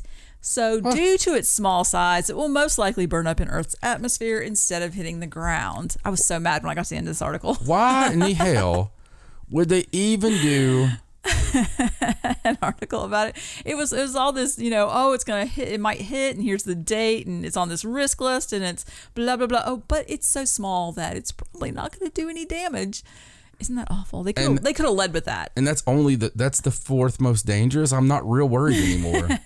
Well, there's a link there for the risk list, which is kind of cool. You can go on there and there's like 800 and some items near Earth objects on this list. And I happened to notice, I was looking, I don't know the names of any asteroids except for one, Apophis, which is up there. On the top of the risk list. And we've talked about that one before. And that's one that I suppose that they're watching. But I thought that this article was really interesting. The link for the risk list is really interesting. And I thought it was funny that they went through the whole thing and didn't tell you that it was tiny until, you get to the very end. Somebody's being a butt. That's what's happening there. They enjoyed that too much. But on the same sort of note, this past week, I think Friday, we did have a huge asteroid speed past us, and it came within a distance of about 3 million miles, which is still considered near Earth orbit. Just zoomed past us at 22,000 miles an hour. Now this one was huge. It was 144 feet in diameter. That's almost as big as Rome's Colosseum. So had it hit us, we're talking, the dinosaurs are going to die. It's huge. But it did zoom past. It didn't, get so close that they were too worried about it. But it's like, it wasn't even the only one. There was like 4 others that zoomed. There are so many. I don't know if we've always had this many asteroids zooming past us and we're just now detecting them. We have. Or if this is a new thing. So did they see this one? I mean, did they know this one was coming, or was this like, No, I believe that they knew that it was coming because the article goes on to say that, that they knew that 5 asteroids were going to zoom past the Earth on Friday. And that just happened to be the largest one that they were talking about. But it's an interesting article. This one is about, what sizes can do what damage and, how they watch for them and stuff like that. So I just thought those were pretty funny. And it's funny that you mentioned something about asteroids, and I had this article with the... Well, what bothers me is they, the ones when they're like, we didn't know until it was already past us. Because that really, to me, is always just like, and you're going to see a UFO.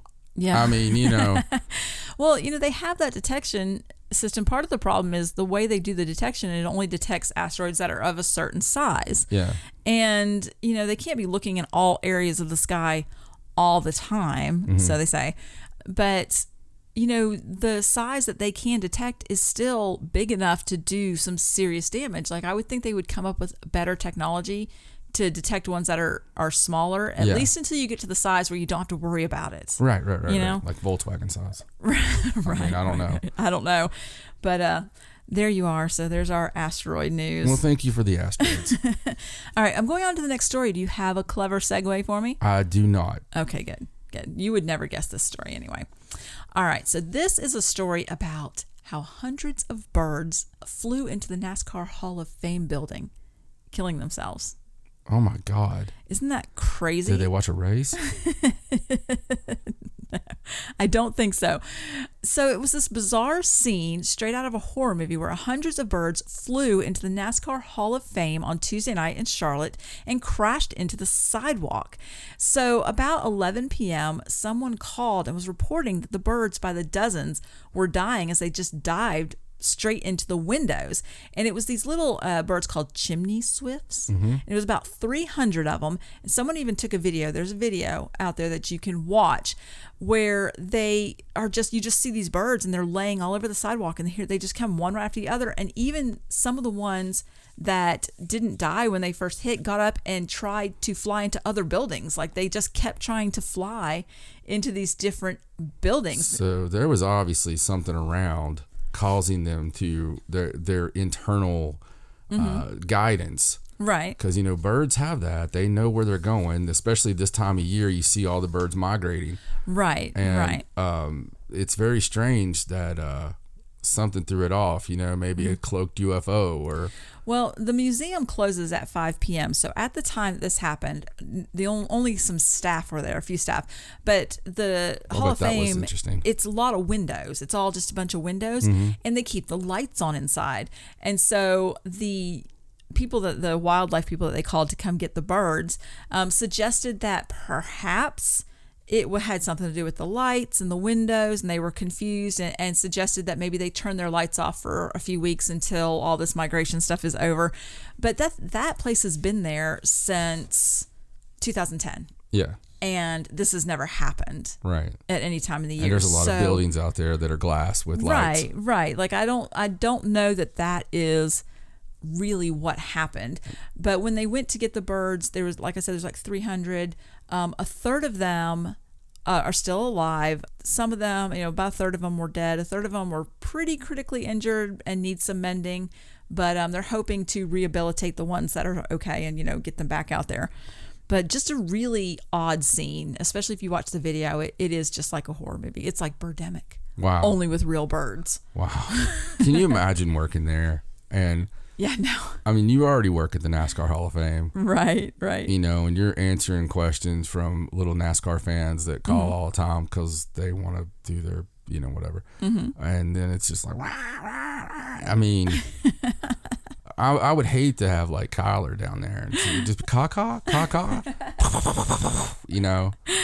Wow. It's very, very strange. It's a little odd. All right, so let's go on and talk about something that China is doing. China. So China has built a 400-mile-per-hour, quote, flying saucer attack helicopter with stealth coating and missile system. Of course they have. And there's a picture of it. Yeah. On the article. Have you seen it? I've seen it. It's somewhat hilarious. No, I've seen it. I keep up with China. They've dubbed it the Great White Shark, and it's loaded with an arsenal of high-tech weaponry and could take to the skies as early as next year. Of course, they haven't actually tested it and built, like, they've built this prototype, but I don't think that they know for sure that it really works the way they intend it to work. Right. But they have released some pictures of the UFO-like aircraft. It has this central cockpit, and it, is like a circle, like a actual saucer. And they claim that it's a high-speed helicopter designed for future digitalized warfare. They claim that it can reach speeds of up to 400 miles per hour and fly up to 20,000 feet high. Now, the fastest helicopter we have currently I looked it up, they go about 200 miles an hour. So to claim that this one goes 400 is pretty out there. So apparently it was shown off at the China Aviation Helicopter Industry Base in the Eastern Chinese district. And essentially it's just this wide metal ring with the cockpit in the center, and it's got some kind of, propellers in there and places to put all kinds of missiles. And I guess they're really hoping that this thing works. Yeah, and the propellers it's weird how they're hidden like that. It's a strange looking craft. It is very strange. Very futuristic. And, I don't know. We'll see. Guess we'll see if they really can make it. They say that it can be coated with stealth materials and loaded with missiles, which makes it pretty lethal on the battlefield. Like it could go back and forth over a battlefield. Absolutely, yeah. Yeah. So I don't know. A lot of experts say that the craft would not be stable enough to fly. So I don't know. It's a debate. And there's a big part to propaganda on that too. There's a lot going on with tariffs and all this stuff, and they just took their first hit. And it wasn't really a hit. Their growth for this past quarter was the lowest that it's been in forever. I don't know, 30 years. Right. And it's because they're hurting so bad from the tariffs, and so I think their growth was like 4 or 5%, which would be fantastic for most countries, but not for China. Because so you feel like they're sort of strong arming, like trying to make it look like. It's a possibility. It really is. They definitely do the propaganda. Yeah, so. It's a possibility. All right, well, let's move on from strange Chinese UFOs and go to a Bigfoot story. Oh, yay. So this is a story out of Cleveland County, North Carolina. Okay. And we have had a lot of Bigfoot stories from North Carolina. It's almost lately. like North Carolina is the home of Bigfoot now. It is. So there's a man there that claims that he saw some footprints in a Cleveland County wooded area, and that they're not human or animal, but could possibly be Bigfoot footprints. Right. So this man's name is Joe Scarborough. He's an electrician, and he was working on a home. Funny name, man. In North Carolina, and he spotted the tracks. And at first he got really close and was like, wow, somebody's got a big foot, just being funny. But then when he got close enough to see how big they actually were, he went back to his truck. He got a tape measure, good on him, and measured them and took pictures of how big they were. And they were 13 to 14 inches, he claimed. And so he was so interested in these odd prints, and you could see them in the pictures. You could see the toes and everything. It was a really good impression. And he also said that there were small plants that had been pressed down in the mud, and it made it look like the prints were pretty fresh. Yeah. So he planned to come back to the area and investigate. He said he's going to spend the night and take some game cameras and just see what happens. Yeah. He's like, why not? I'm not really a Bigfoot hunter, but I found this and it's interesting, and, I may as well come see what I can see. So, we just did a story. I don't know if it was one show or 2 shows ago about the guys on the lake looking for Bigfoot and the weird picture. Right. So this area is only 30 miles away from where that happened. So it's all in that same area. Wow. And that is conceivably close enough for a Bigfoot to migrate. It's almost like a Bigfoot flap there. That's crazy. Yeah. So, and I thought it was really cool that he took pictures of the prints and he used the tape measure. For someone that's not a Bigfoot hunter to think to do that was pretty good. Well, that's awesome. And it's very strange though to have them that close together, like you're saying. And that's not even the only stories. We've had so many stories seem out of North Carolina. Even crazy stories like people being attacked and by other animals and stuff. I don't know what's going on in North Kakalaki, but I don't know. They need to get a handle on it. Something in the woods there. Yeah.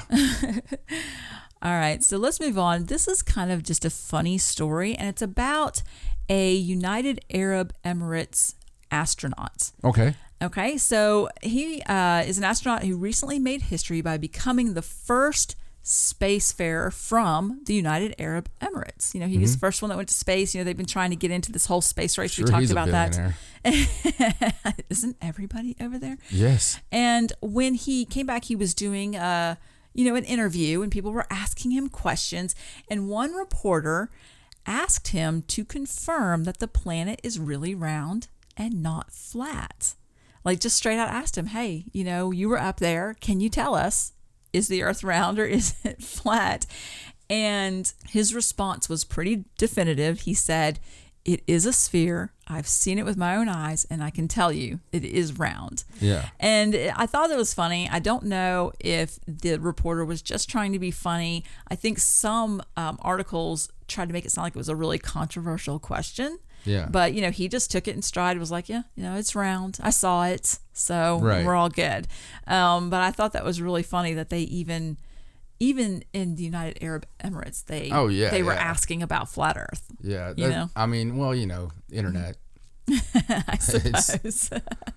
You know, I mean, I don't know. I think that's almost put to bed. I just don't see how, and like I said before, I mean, I don't like to go against people's Right. belief. They have the right to believe anything. And when you do watch videos that make the case, and they're looking at all these facts and reasons, a lot of them, I, not being a scientist, can totally debunk. Right. You know, some of them I can be like, well, you're stretching there. You're trying to make something fit into your Right. story. Right. I don't know, man. I just don't. The Earth is round. It's I mean, I believe it's round, yeah. but I mean, it's not perfectly round. It's no, it's not. it's like oval. Yeah, it's shaped. not how the globe looks because of gravity and things like that are messing with it. But you know, regardless, it's the whole. It's the same thing of how I was talking about pyramids on Mars. Okay, and you base what you got on Earth. Take the reverse of that and take satellite imagery or actual live, not live, but you know, taped video that we've seen going past moons or going past planets Right. that are round, and we see the backside of them, right? And I know, yes, they can fake all that, but no, look, if you're gonna fake that stuff, it would look a lot better. I mean, right. it would look a whole lot better. This stuff is legit, and they're all round, you know, so I don't know. I really think that should be put to bed. All right. Well, let's move on to a story from New Zealand. And this is kind of a funny story about a government agency in New Zealand that had a Freedom of Information Act request come to them by some ghost hunters. And the Freedom of Information Act request asked them an amazing amount of questions, but basically they wanted to know if there was any paranormal activity going on in their headquarters, the headquarters of like the Department of Internal Affairs. And it's a very detailed request. It calls for all information that you hold about potential paranormal, supernatural, haunting related occurrences in the building. And it says the group asserts that this includes anything that your staff have perceived or suspected may be of this nature, regardless of whether or not the department believes the events to be paranormal. They ask for the full information regarding any reports of unusual environmental observations. So if that wasn't enough, they also wanted the department to provide them hard data on the building's air conditioning systems, like any electromagnetic sensory equipment that they might have, any environmental monitoring mechanisms. I mean, they asked for like some really specific details. It was a huge request. And because New Zealand's Official Information Act requires them to answer, they really had to try and find answers to all of these questions. And so recently they responded, and you know, they were worried at first about how much time and money it would take to respond to this huge request, but they did send the response to them, and you can look at it online. And basically in the official response, they indicated that they had uncovered some chatter among the employees on like an internal online message system about potential ghostly encounters in the offices. Some of it was some conversation like, one of them was titled, "So there's no easy way to ask this," and then like ghosts with a question mark, and just some conversation back and forth about some different things that people had experienced in the building. It says one staff member wrote that we have the infamous lower level 1 ghost here at Archives Wellington, and they described the spooky experience of being in the building's elevator when the floor counter inside the lift flickers and the doors open. On the lower level, and no one's there, and it's dark, and you don't know if you want to get out or whatever. So they did have some information to send them.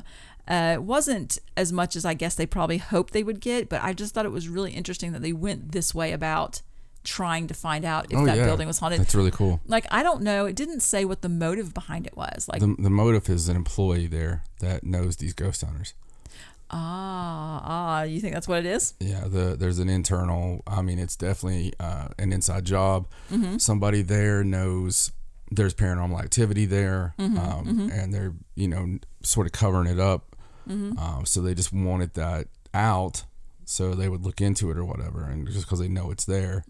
So, I'm surprised they found anything. But, they had to search through all of those messages to find any kind of paranormal anything. I tell you, man, that's if I was to have to move today, and they were like, "Where are you going to move to? You have to move to one place outside of the United States." I would go straight to New Zealand. That's my number one, and people would automatically think, "Well, your number one's probably something, Scandinavian, something like that." Right. That's up there. Ireland's up there. Scotland's up there, but New Zealand would be just so beautiful. It is beautiful. The people are just amazing. I love everything about New Zealand, and all you New Zealand listeners, you're the ones that need to reach out to me. I don't have all the correspondence I have with all the different countries that we talk to or that we do the show, and listen, I've got correspondence in pretty much all of the countries except New Zealand's one of them that I don't. And I would love to have somebody, because we have a lot of listeners in New Zealand, and I'd like to have some people there. So if you're listening, Kiwis, get a hold of me, and let's start a little ghost conversation. There you go. All right, so let's move on to this next story about a Guinness World Record Ouija board. Oh my God. Now, we've had a story like this. Oh my God, I've seen this. The last couple of years. Do you remember when we did the story about the guy on the who roof? made the one on the roof? Yeah. Yes. So that used to be the record holder. And now that record has been broken. Oh, yeah. By a man named Rick Schreck. And he is the vice president of the Talking Board Historical Society. He's a tattoo artist. That's really cool. I know who this guy is. Yeah, I've seen him before too. I think he does like an online show. Well, no, that guy's awesome. Yeah. Yeah. And he collects and makes Ouija boards. Yeah. He's really into it. It's got the weird family, the whole thing. So he named it Ouijazilla. And it's constructed of 99 individual sheets of plywood, and it's approximately 9,000 pounds and 3,168 square feet. That's awesome. Now, he has been working on this, and he has personally hand done every piece of plywood to make it look exactly the way he wants it to look. And it was unveiled on October 12th in the heart of the Salem Common, right there in Salem, Massachusetts. Yeah, we have been all over Salem Common. And if you ever look at the promo pictures of Stacy and I, and you see the ones on, it looks like it's on like a little... Like a sidewalk? Like a sidewalk, but it's not on a sidewalk. So it's these sidewalks in the middle of a bunch of grass and everything in a park. And that's in Salem Common. And we love that little park. So that's really cool, man. I saw that and I actually seen where they put it, and I was like, oh my God. Yes.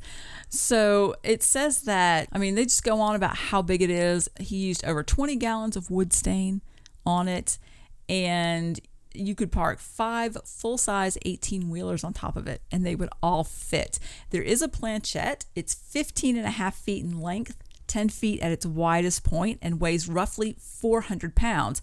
But the way he crafted it and made it on the bottom, one person can push it across the board. Like, it moves effortlessly. Wow. So it's pretty cool. I'm not sure how long the installment's going to stay there. I would think through the Halloween I wish it was season. permanent. Yeah. But he definitely broke the record. And if you are anywhere near Salem, Massachusetts, I suppose you can go out there and take a look at it. I don't know what the plan. I don't know, like if you can sit on it and try to summon a spirit or something. I don't know how that works, but it's pretty cool. Wouldn't it be really crazy if they came out there and it had bent to a different letter every day? Yeah, like it moved on its own. Ghost, listen, calling all ghosts. Any ghosts that are listening to the show, you need to make this happen. I want it to go spell out, something crazy. Just see if they notice it. It just, if you want to be simple, just Satan 666, something that's Something scary, something that's not going to really bother anybody, right? Like Satan 666. Yeah, that'd be fine. or like run, That's really awesome though that he made that. That's I like that. That's a huge project. I don't know what he's going to do next. I would love to get some pictures like at that. That's something I would go see. Yeah, it's very cool, and I think it looks like the traditional, it does.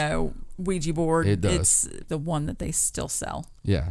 In the game section, yeah. All right, so let's go on to this next story. This one's just sort of a weird story, something you wouldn't think you would hear in a million years. This is from the Netherlands, and a family of 7 has been discovered living in the cellar of a Dutch farm for years, waiting for the world to end. Oh my God. Yes, and the authorities have launched a major investigation after a parent family of 7 was discovered living in the basement of this isolated farm. And they don't even really know what the relation of all these people are. They say family, and they do believe that the adult, there was one 58-year-old man, is the father of one of the older kids, but they aren't really sure exactly how it all fits in. They're still investigating that. But what happened was the 25-year-old possible son of this man escaped from this basement, and he walked from the farm to a pub where he was completely confused, and the pub called police. And he told them, he said that he looked unkempt, he had long hair, and the kid said that he needed help. He'd never been to school. He wanted to put an end to the situation that he was in.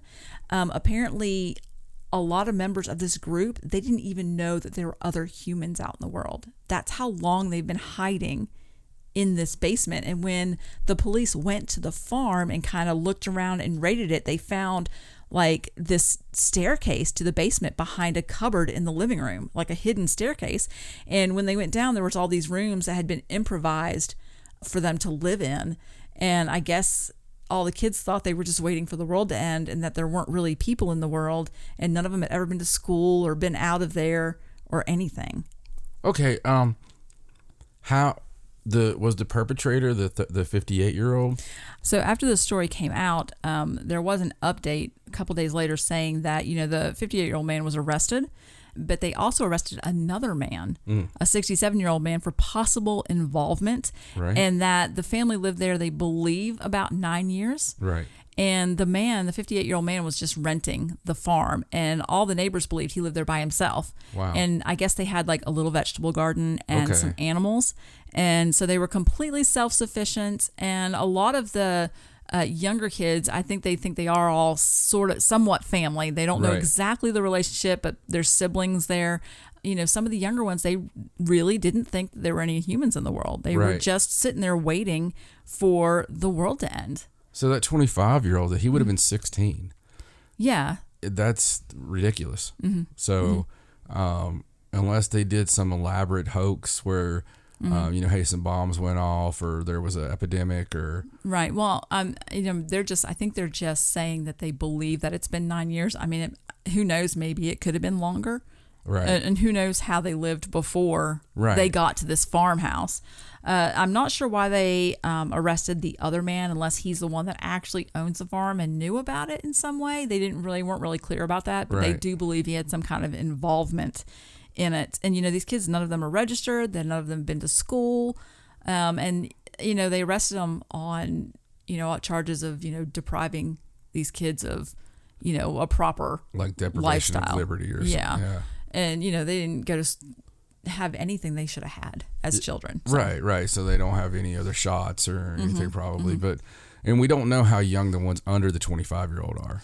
No, the original article did say between 18 and 25. So I'm of the opinion that there weren't really young children. That's weird. But the whole thing's weird. It sounds maybe more nefarious than we're seeing on the surface. Right. Especially with the 67-year-old involved as well. It really sounds more nefarious than what we know right now. Right. So then there could be brainwashing involved.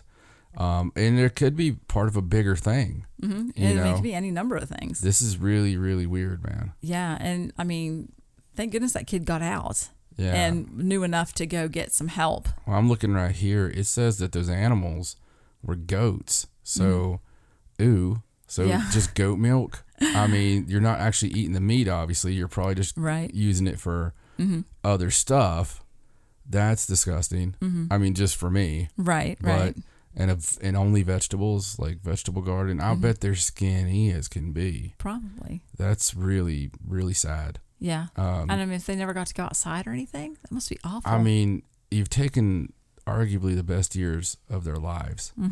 And they probably have horrible body pain from not being able to exercise and all that stuff. That they need to throw that guy, build the jail around him. That's bananas. I can't wait to get an update. Yeah.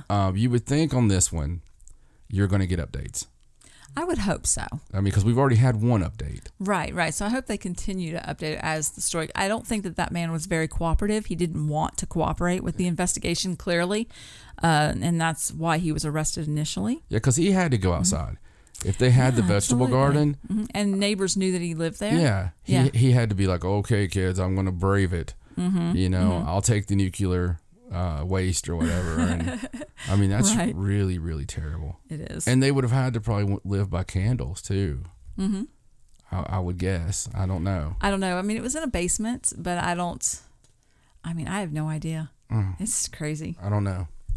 All right. Well, let's move on. Absolutely. To a story from Maine. Oh, yay. Hey. So this is a story, and I have an update to this story too, because unfortunately, this story has been reported incorrectly. Okay. This is the one about Stephen King's home, right? Where all the reports are that his home is going to become a museum and a writer's retreat. Yeah. And, we've seen Stephen King's house. It's amazing. Yeah, it's beautiful. Yes. So apparently, Stephen King and his wife asked the Bangor City Council to rezone their mansion into a nonprofit building that's going to double as both an archive and a museum of King's work, as well as a place where writers can come and live. And that passed. And that was the story that all of the papers got. And so they started reporting that, Stephen King's going to be turning his home into this museum and this writer's retreat, which just sounds amazing. Stephen King did come out a couple days later and say, look, this is being reported wrong. Let me just clear it up.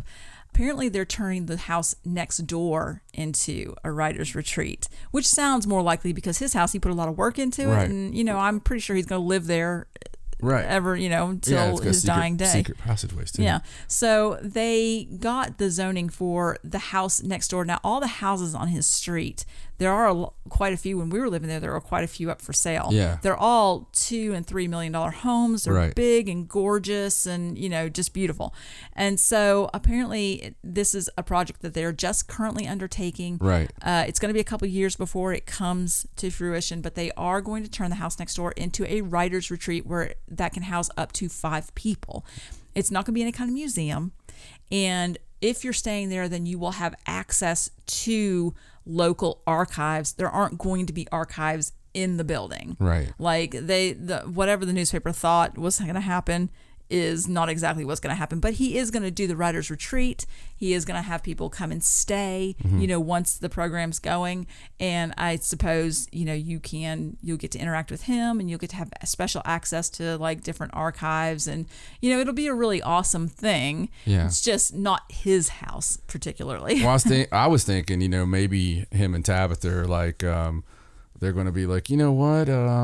Let's make this taxes are hellish in Maine. They are. Yes. And especially on a house like that would be such a way to have little tax shelter, you know, like right. I'm gonna let this guy come and stay in this room, and you know, but no, I mean that's funny and cool, but it would also be cool if it was like, all right, people, glad to see all 5 of you. What we're gonna learn today is how to channel your creativity through mowing my grass. I think that it's a way for him to get his next horror story. Like he's going to fix up this mansion and invite these writers up there and then like lock them in and make it. Maybe it's all haunted. I thought about you earlier because I saw something that really cracked me up, and I didn't send it to you, but man, it was funny. Okay. So Joe Hill, Stephen King's son, right, who is, wrote some really cool stuff already. He goes by Joe Hill because he doesn't want to live off his dad's whatever, but everybody knows who he is. It's ridiculous. But to make it even more ridiculous is the fact, have you seen a picture of him? Oh yeah, he looks exactly like his dad. The thing was like, it was somewhat of a meme, but it was like Joe Hill, who goes by Joe Hill to not live off, Stephen King, so nobody know who he is. He's got the glasses on. He's got the beard. He's got, it looks like Stephen King 30 years ago. Right. It's so funny. It is funny. It is so funny. But yeah, it's he should really just go by, Well, I think he did that early on in his career.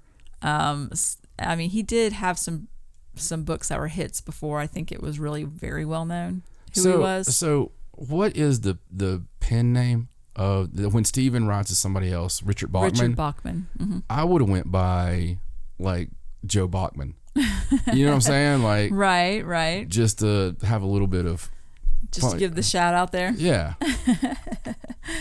All right. Well, I just have a few more stories here, some last minute things that you're gonna like, and this one is about a man in. Oh, I like it already. In Washington. Oh my. Washington State. Was that your Rocky Horror Picture Show? No. That's Sulu. Oh my.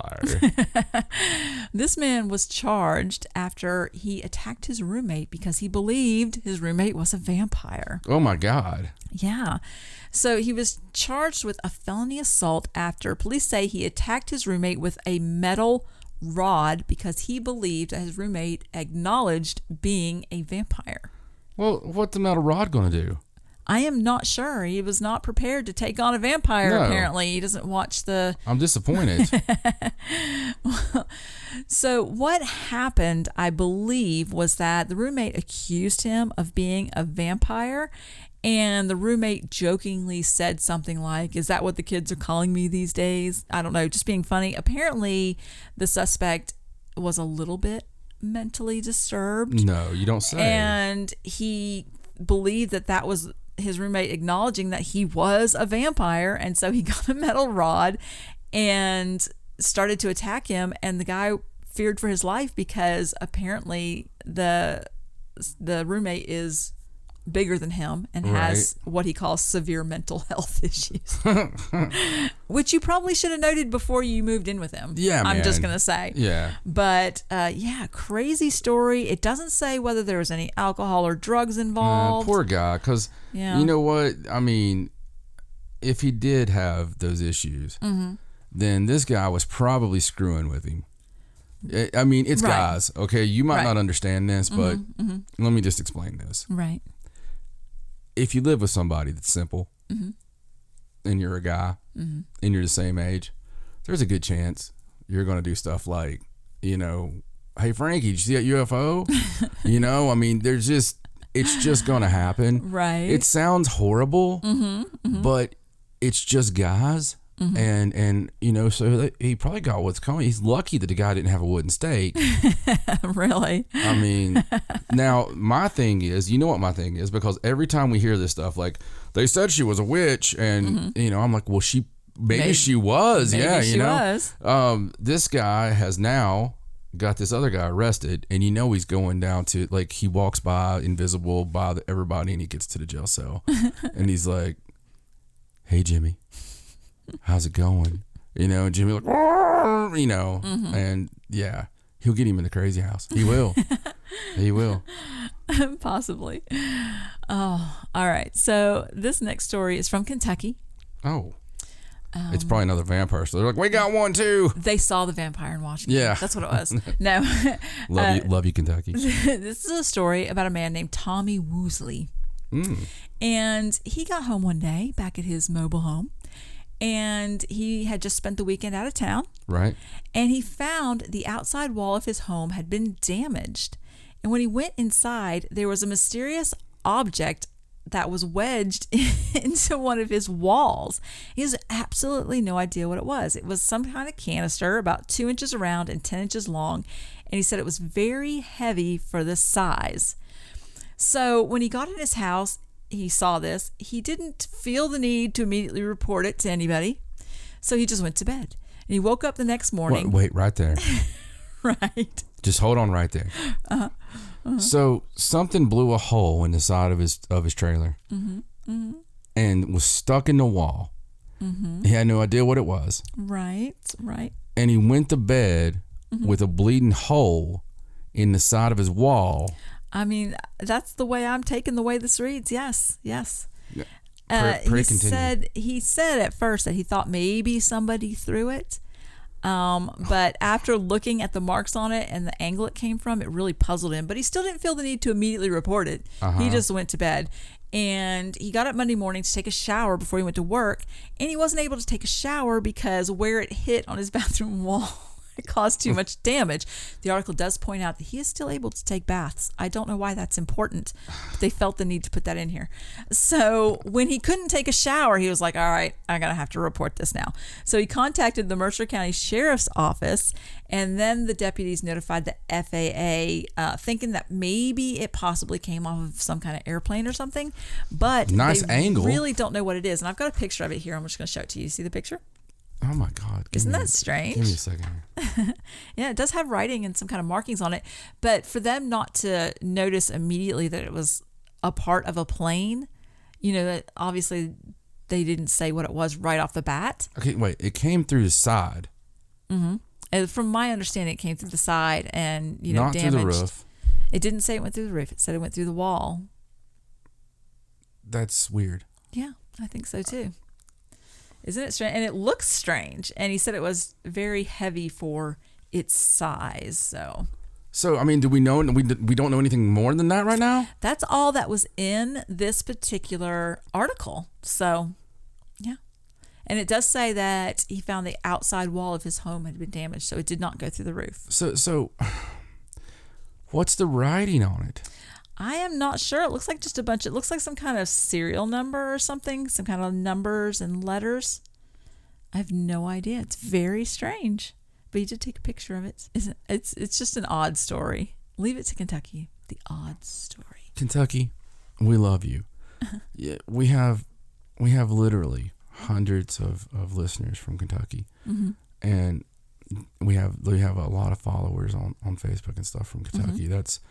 We had a lot of friends in Kentucky. We did. So we like to tease them all the time about having so much weird stuff. And if they don't have it, then they're going to say they do. But that's a joke. But this one, you know what? You just guess who won the pony? Kentucky, you've got the weirdest story of the week, and that's saying something. Yeah, it really is. That one's got me perplexed. I mean, it really does. That's really strange. I got to know more about that. Well, hopefully they'll give us an update. I do think the prevailing theory is that it came from some kind of plane, but like I said, they didn't come right out and say what it was. You said it was Mercer County, right? I know Mercer County well enough to know you could probably call down there and just ask.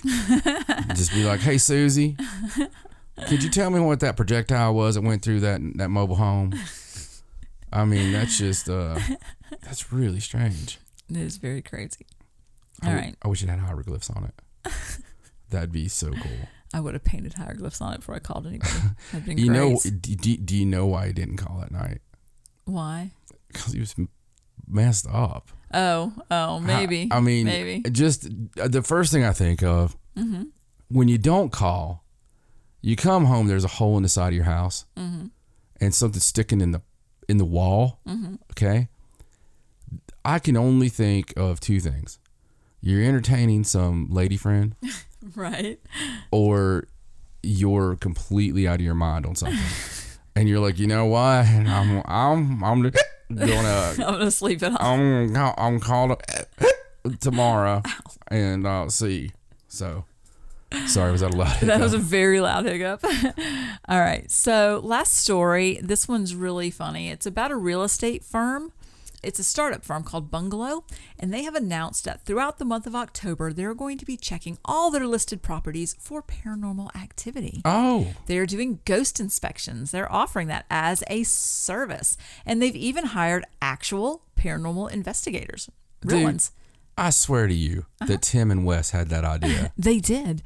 They've hired them to visit their properties in order to find out if they have ghosts. So the investigators include Jeremy Reddig of Genesis Paranormal Services, as well as Becky Vickers, who has appeared on different shows. She was on Ghost Adventures, and I think she was on Ghost Stories.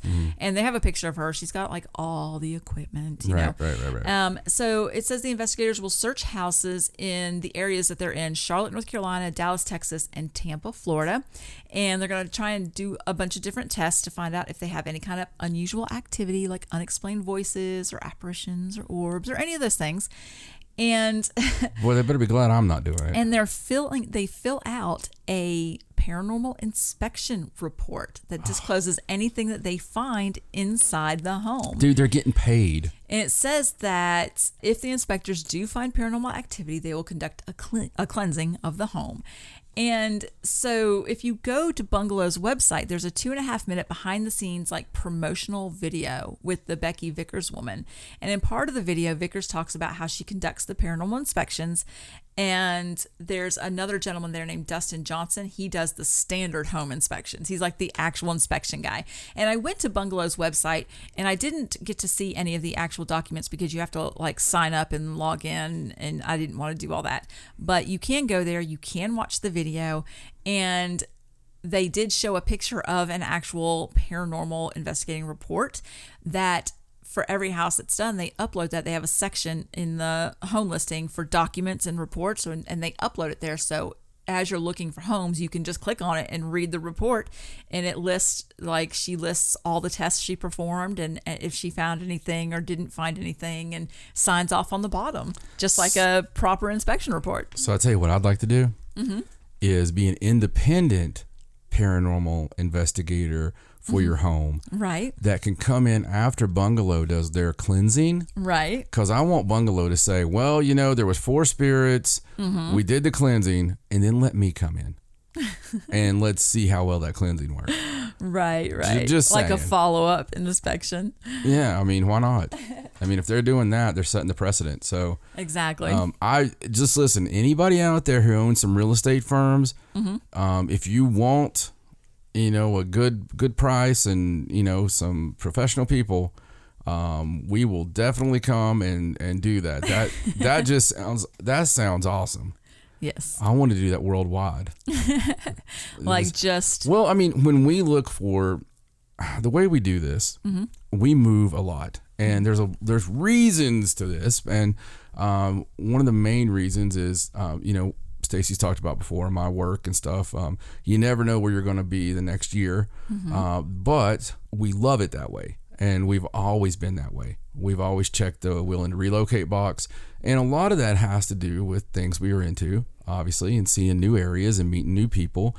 Stacy and I would live in a van if it was just us and travel around, you know. But I tell you, when we go places, we lease, and, you know, we'll lease a house because we don't want to buy. We don't want to be caught up in something for, you know, 30 years or something. And we always take our equipment and freak out the real estate agents. We do. And the thing about it is, when we were looking for a home to buy, we were doing the same stuff. And we found paranormal activity in so many places. In fact, we had one that was calling for our daughter. And no, and you know, I really liked that house. Yeah. But we wouldn't buy it because when we listened back, it was like saying all of our kids' names. Yeah, in the basement. And just crazy stuff. And I was like, we're not living there. Yeah, the basement was, I mean, it was completely finished, like a TV room. The place was awesome. It had everything we wanted. And upstairs wasn't bad, but when we got downstairs, it was like saying their names, like Stacy said, but it was saying it in a very weird way. And like, hey, come over here. That was one of them. I still have these EVPs somewhere. And then we went into this other place. It was just old house, and we love Victorian houses. And so we always try to find a Victorian if possible. And this one, just space-wise, was so gorgeous. It had been redone somewhat. It had this sunroom upstairs, so where you can just go in and paint. The kids' bedrooms were gigantic. Every room had a fireplace, and it was so cool. But we go in there, and upstairs, the recordings up there was, I swear to you, it goes, "I'm gonna kill you." And so I'm going over that later that night, and we're like discussing the places, and that was number one. That was our favorite. And I'm like, "Connie, I really don't want to play this for you," and she's like, "Go ahead." And it was like clear as a bell. It's like, "No, I'm gonna kill you." She's like, "Well, that one's out. I mean, can't really do that." And it's funny because we went into another one that was just all the walls were completely white. That one was so weird. It was not, and it wasn't like normally like nicely painted white. It was like whitewashed white, like you were trying to hide a murder scene. Like you use the kills stuff before you paint. But on everything. Everything. All the fireplaces, the molding, the walls, the floors, the ceiling. I mean, it was everywhere. And this place was a Victorian. So they had ruined it basically. Right. But it was so weird. I wish I still had pictures of this to put somewhere for you. Honestly, it would be on one of our old computers, which we still have. But I know we had the pictures at one time. Guys, it was, I mean, when she says white, it was everything, and the molding. Everything. To be fair, I'm the one that drug you in that one because I'm pretty sure when we got out front, you were like, "No." Yeah. And I said, "You haven't even been in yet." You're like, "No, it's haunted. There's horrible things in there." No. And I was like, "Well, let's just go in and see it anyway because we're here." I was curious because, I love stuff like that. And honestly, him saying, "No, it's haunted," just made me want to go in even more, even though I didn't want to buy it. But it was every bit of creepy. Every bit. Oh, it was awful. Horrible. It was horrible. And see what I go through. Anyway. Well, I'm with you. I think that we should offer services to, even if we didn't charge people, to just go in to where their potential place and check it out for them. Listen, if it's somewhere that we can drive to, I'm not going to charge you. If you're going to buy a house and you would really like to have somebody come look at it, I don't charge for paranormal services. I never have, never will. And if it's something that's feasible for us to do, we will come. I mean, and if it's something that I can do on a weekend, even if it's a day trip.